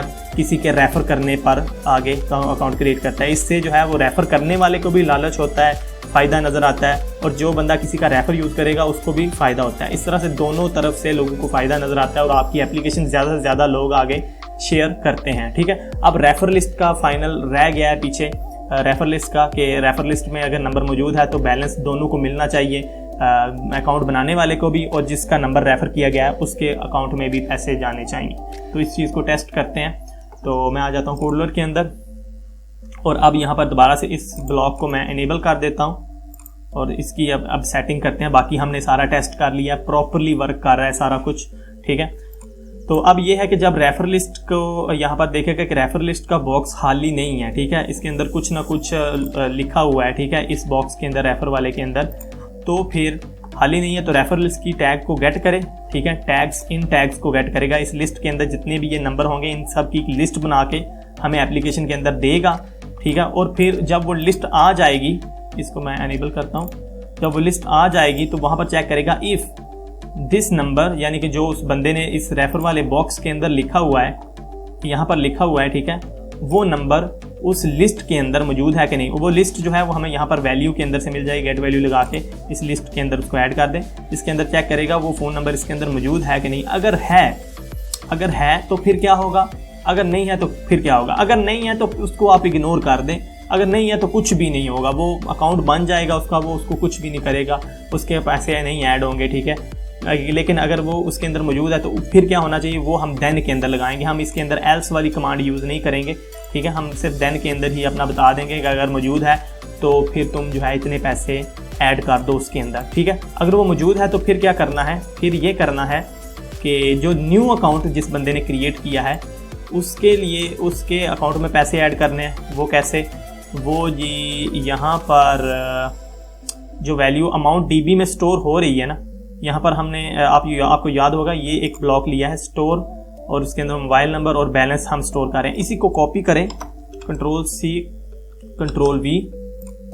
ठीक है, इसको कॉपी करें, जो अकाउंट क्रिएट करते हुए बैलेंस 0 स्टोर कर रहा था बाय डिफ़ॉल्ट, उसको कॉपी करके यहाँ पर उस कमांड को डालें। ठीक है, और यहाँ पर कमांड को डालने के बाद बैलेंस के अंदर आपने क्या चीज़ स्टोर करनी है, पहले वाले 0 को मैं हटा देता हूँ और बैलेंस के अंदर आपने स्टोर करना है जी, आपको याद होगा हमने यहाँ पर वेरिएबल बनाया था, वो वेरिएबल जो कि यहाँ पर ऐप के स्क्रीन के इनिशियलाइज होते ही यहाँ पर साइन अप बोनस और रेफर की अमाउंट को गेट करके इन वेरिएबल्स के अंदर स्टोर कर रहा था। ठीक है, डेटाबेस से हम इन दो ऐप डिटेल्स के अंदर रेफर अमाउंट और साइन अप बोनस की वैल्यूज़ को गेट करके इन वेरिएबल्स के अंदर स्टोर कर रहे थे, साइन अप बोनस अमाउंट के अंदर और रेफर अमाउंट के अंदर, ठीक है। इनको हम गेट कर सकते हैं। तो सिंपली इसके लिए हमने करना क्या है, हम यहाँ पर करेंगे ये कि यहाँ से हम गेट वाली ये कमांड है उठा सकते हैं, लेकिन मैं वहाँ पर जाके करता हूँ, या फिर आप सिंपली इसके ऊपर आके ये गेट वाली उठा के यहाँ से ड्रैग करते हुए वहाँ पर लेके जा सकते हैं। लेकिन इस आसान तरीका मैं आपको बताता हूँ। हमें वो वैल्यू ही चाहिए, ठीक है। मैं यहाँ पर वैल्यू स्टोर वैल्यू के अंदर आके यहाँ पर मैंने वो वैल्यू सेट करनी है जो कि यूज़ होगी हमारी साइन अप के लिए, ठीक है। साइन अप, अब यहाँ पर हम साइन अप की जो वैल्यू है उसको स्टोर करेंगे, ठीक है। तो सिंपली वेरिएबल के ऊपर क्लिक करें, गेट को उठाएं यहाँ से, ठीक है, और यहाँ पर इसको सेट कर दें। सेट कर दिया। अब इसके ये जो ये ड्रॉप डाउन है इसके ऊपर क्लिक करें, ऑप्शन के ऊपर, और यहाँ से सिलेक्ट कर लें जी साइन अप बोनस अमाउंट, ठीक है। अब ये साइन अप बोनस अमाउंट जितनी भी होगी आपने अपने यहाँ पर साइन अप बोनस के अंदर रखी है 5 रुपये, ये उतनी उस न्यू बंदे के अकाउंट के अंदर ऐड हो जाएगी, ठीक है। ये उसके अकाउंट के अंदर ऐड हो जाएगी ऑटोमेटिकली। और इसके बाद जी ये तो हो गया साइन अप बोनस के लिए। अब रेफ़र करने वाले को भी पैसे मिलने चाहिए, तो उसके लिए थोड़ा सा हमें जो है वो ट्रिकी पार्ट यहाँ पर यूज़ करना होगा, और वो ये है कि आपको सिंपली नीचे आना होगा और अमाउंट डीबी वाला जो हमारा कंपोनेंट है जिसके अंदर हमारे अकाउंट डीबी वाला जिसके अंदर हमारे अकाउंट की डिटेल्स वगैरह स्टोर हो रही हैं, उसी के ऊपर क्लिक करें और यहाँ पर नीचे आएँ और यहाँ से गेट वैल्यू वाला टैग उठाएं, ठीक है। गेट वैल्यू वाला टैग उठाएं और इसके नीचे लगा दें, और इसके नीचे लगाने के बाद आपको टैग चाहिए, ठीक है। और टैग थोड़ा सा इसका लंबा होता है क्योंकि ये हमारा अकाउंट होगा, अकाउंट के अंदर हमारा टैग होगा मेन, और उसके आगे मल्टीपल टैग्स हैं और उसके आगे बैलेंस वाला टैग हमें चाहिए, ठीक है। तो उसके लिए आप सिंपली यहाँ पर आएँ और ये जो ऊपर स्टोर वैल्यू वाला हमने लगाया है इसी का टैग आप यहाँ से कॉपी कर लें, Ctrl+C Ctrl+V, और इसको यहाँ पर सेट करें। लेकिन यहाँ पर ये करना है कि आपने इस फ़ोन नंबर को चेंज करना है। ये फ़ोन नंबर तो वो है जो बंदा अपना अकाउंट न्यू क्रिएट कर रहा है। इसके ऊपर क्लिक करें और रेफ़र वाला टेक्स्ट बॉक्स जो है वो सिलेक्ट कर लेना है। हमें रेफ़र वाला नंबर जो है वो इसके अंदर डालना है, ठीक है। वो इसके अंदर डालेंगे और ये क्या करेगा, ये यहाँ पर जाएगा इसके अंदर और उस रेफ़र वाले बंदे का नंबर यहाँ से ढूंढेगा, और वहाँ से ढूंढने के बाद उसका बैलेंस ढूंढेगा, और बैलेंस के अंदर हमने चीज़ें ऐड करनी है। तो वो देखते हैं अभी कैसे करते हैं, ठीक है। अब हमने गेट वैल्यू की, रेफ़र वाला बॉक्स दे दिया, वो बैलेंस में जाके उसकी वैल्यू गेट करेगा, ठीक है। और वैल्यू गेट करने के बाद जी हमने क्या करवाना है, यहाँ पर दोबारा से अकाउंट डीबी के ऊपर क्लिक करते हैं और यहाँ पर आएगा गॉट वैल्यू। जब वैल्यू मिल जाए, ठीक है, उसको मैं यहाँ पर रखता हूँ, और जब वैल्यू मिल जाए तो फिर क्या करना है भाई, फिर आपने ये करना है कि वैल्यू को स्टोर करना है, ठीक है। अब आप दोबारा से जो है ये जो ऊपर स्टोर वाला है इसको आप क्लिक करें और इसको Ctrl+C Ctrl+V कर दें, कॉपी कर लें, ठीक है। ये भी अकाउंट वाला ही है, अकाउंट वाली डीबी ही है, ठीक है। इसको आपने यूज़ करना है। मैं इसको थोड़ा नीचे ले आता हूँ, ओके। तो स्टोर करने के लिए अब आपने दोबारा से जो टैग है उसका ये मोबाइल नंबर टेक्स्ट है, इसको क्लिक करके रेफ़र वाला टेक्स्ट आपने सेलेक्ट कर लेना है, ठीक है। कि रेफ़र वाले टेक्स्ट के अंदर तुमने बैलेंस स्टोर करना है। कितना स्टोर करना है उसका मैं आपको बताता हूँ। मैं इस वैल्यू को इस साइड में हटा देता हूँ, रिमूव भी कर देता हूँ, ठीक है। आपको सिंपली आ जाना है यहाँ पर ऊपर मैथ के अंदर। मैथ के अंदर आने के बाद आपको यहाँ पर सम वाला मिल जाएगा, प्लस करने वाला जो कमांड है वो उठानी है। इसको उठा के यहाँ पर सेट करें, यानी कि 2 वैल्यूज़ को हम प्लस करेंगे। तो आपने सिंपली वैल्यू के ऊपर जाना है और गेट वैल्यू ले लेनी है और उसको यहाँ पर स्टोर करना है, सेट करना है, और उसको प्लस किस चीज़ के साथ करना है, उसको प्लस हमने करना है। दोबारा से वेरिएबल के ऊपर आएँ, यहाँ से गेट वाला उठा लें वेरिएबल, उसको यहाँ पर सेट कर दें, ठीक है। और ड्रॉप डाउन के ऊपर क्लिक करें और यहाँ पर जी रेफ़र अमाउंट के ऊपर क्लिक कर दें, ठीक है।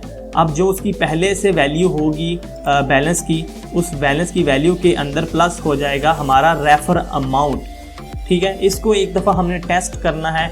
जब हम टेस्ट कर लेंगे तो फिर क्या होगा जी, फिर हमें श्योर हो जाएगा कि हमारा साइन अप बोनस भी ऐड हो रहा है प्रॉपरली, और हमारा जो रेफ़र वाला है, रेफ़र वाले बंदे को भी पैसे मिल रहे हैं, ठीक है। तो ये चीज़ें हमने एक दफ़ा टेस्ट करनी है दोबारा से।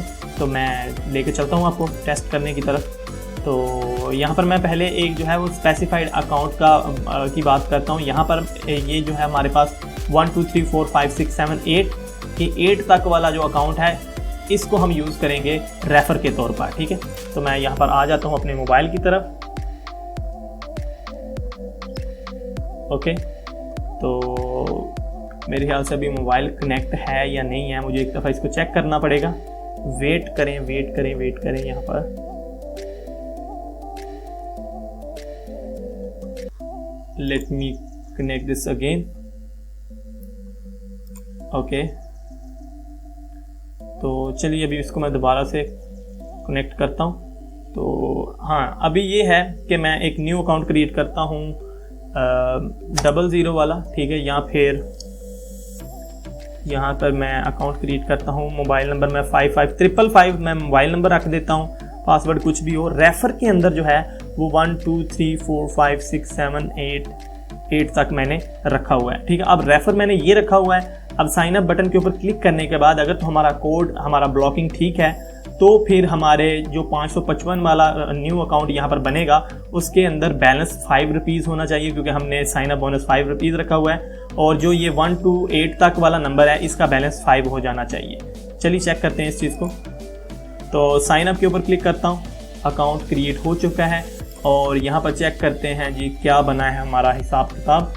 तो ये हमारा 555 वाला जो अकाउंट है वो क्रिएट हो चुका है और यहाँ पर जी बैलेंस के अंदर कुछ भी स्टोर नहीं हुआ, ठीक है।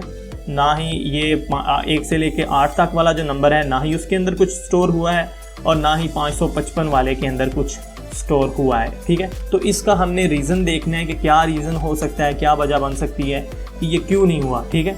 कहीं ना कहीं कोई इशू ज़रूर आया है। बाकी सारी चीज़ें ठीक हुई हैं, हमारा अकाउंट भी क्रिएट हो चुका है, रेफर लिस्ट के अंदर भी वो ऐड हो चुका है, लेकिन हमारा ये दोनों काम अभी नहीं हुए। तो ब्लॉकिंग को दोबारा से चेक करते हैं और देखते हैं कहीं पर कोई गलती तो नहीं है, ठीक है। तो मैं आ जाता हूँ यहाँ पर जी, और मे भी यहाँ पर कोई गलती हुई है हमसे। टैग लिस्ट को गेट हमने यहाँ पर किया है रेफर डीबी टैग लिस्ट, ठीक है।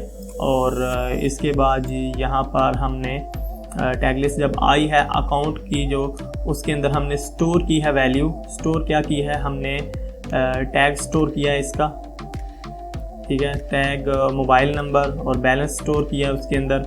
और ये साइन अप बोनस अमाउंट हमने इसके अंदर स्टोर किया है। Sign up bonus amount automatically fetch तो होनी चाहिए, ठीक है, ये स्टोर भी होनी चाहिए साइन अप बोनस अमाउंट जितनी भी है। और यहाँ पर ये गेट वैल्यू, दूसरे के अंदर हमने वैल्यू गेट किया रेफर टेक्स्ट की, ठीक है। और रेफर टेक्स्ट की वैल्यू गेट होने के बाद जी उसके बैलेंस का हमें वैल्यू मिलना चाहिए, ठीक है।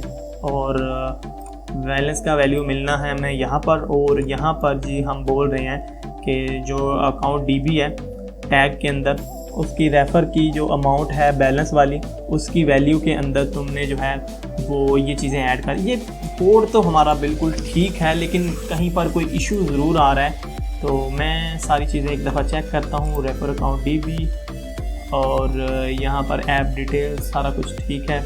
अमाउंट डीबी और अकाउंट्स के अंदर भी यहाँ पर भी ठीक लग रहा है, ठीक है। तो मैं एक काम करता हूँ, मैं एक दफ़ा ऐप को जो है वो रीस्टार्ट करके चेक करता हूँ और देखते हैं क्या बनता है। अभी कहीं पर अगर कोई इशू है तो हम उसको ज़रूर फाइंड करेंगे, ठीक है।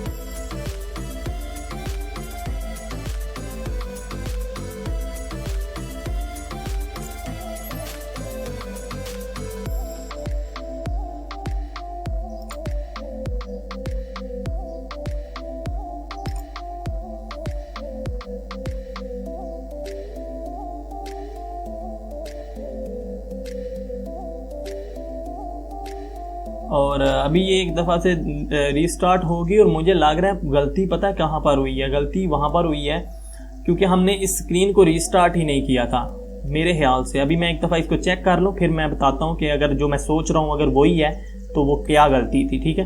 तो मैं यहाँ पर नंबर लिखता हूँ जी, हमारे पास नेम जो है वो मैं अली रख लेता हूँ, फ़ोन नंबर मैं 123 रख लेता हूँ, पासवर्ड जो है वो मैं कुछ भी रख लेता हूँ, ठीक है।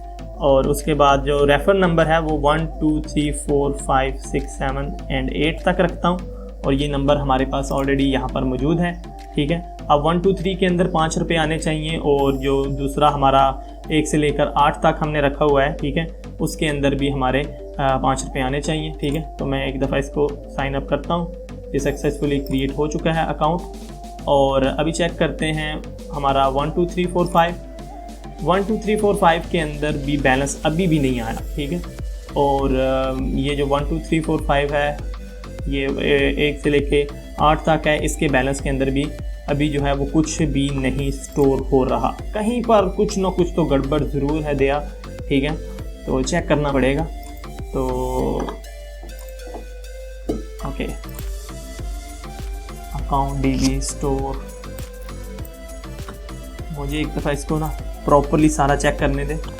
ओके, तो प्रॉब्लम जो है वो मैंने फाइंड कर लिया है। ब्लॉकिंग के अंदर कोई भी इशू नहीं था, ठीक है।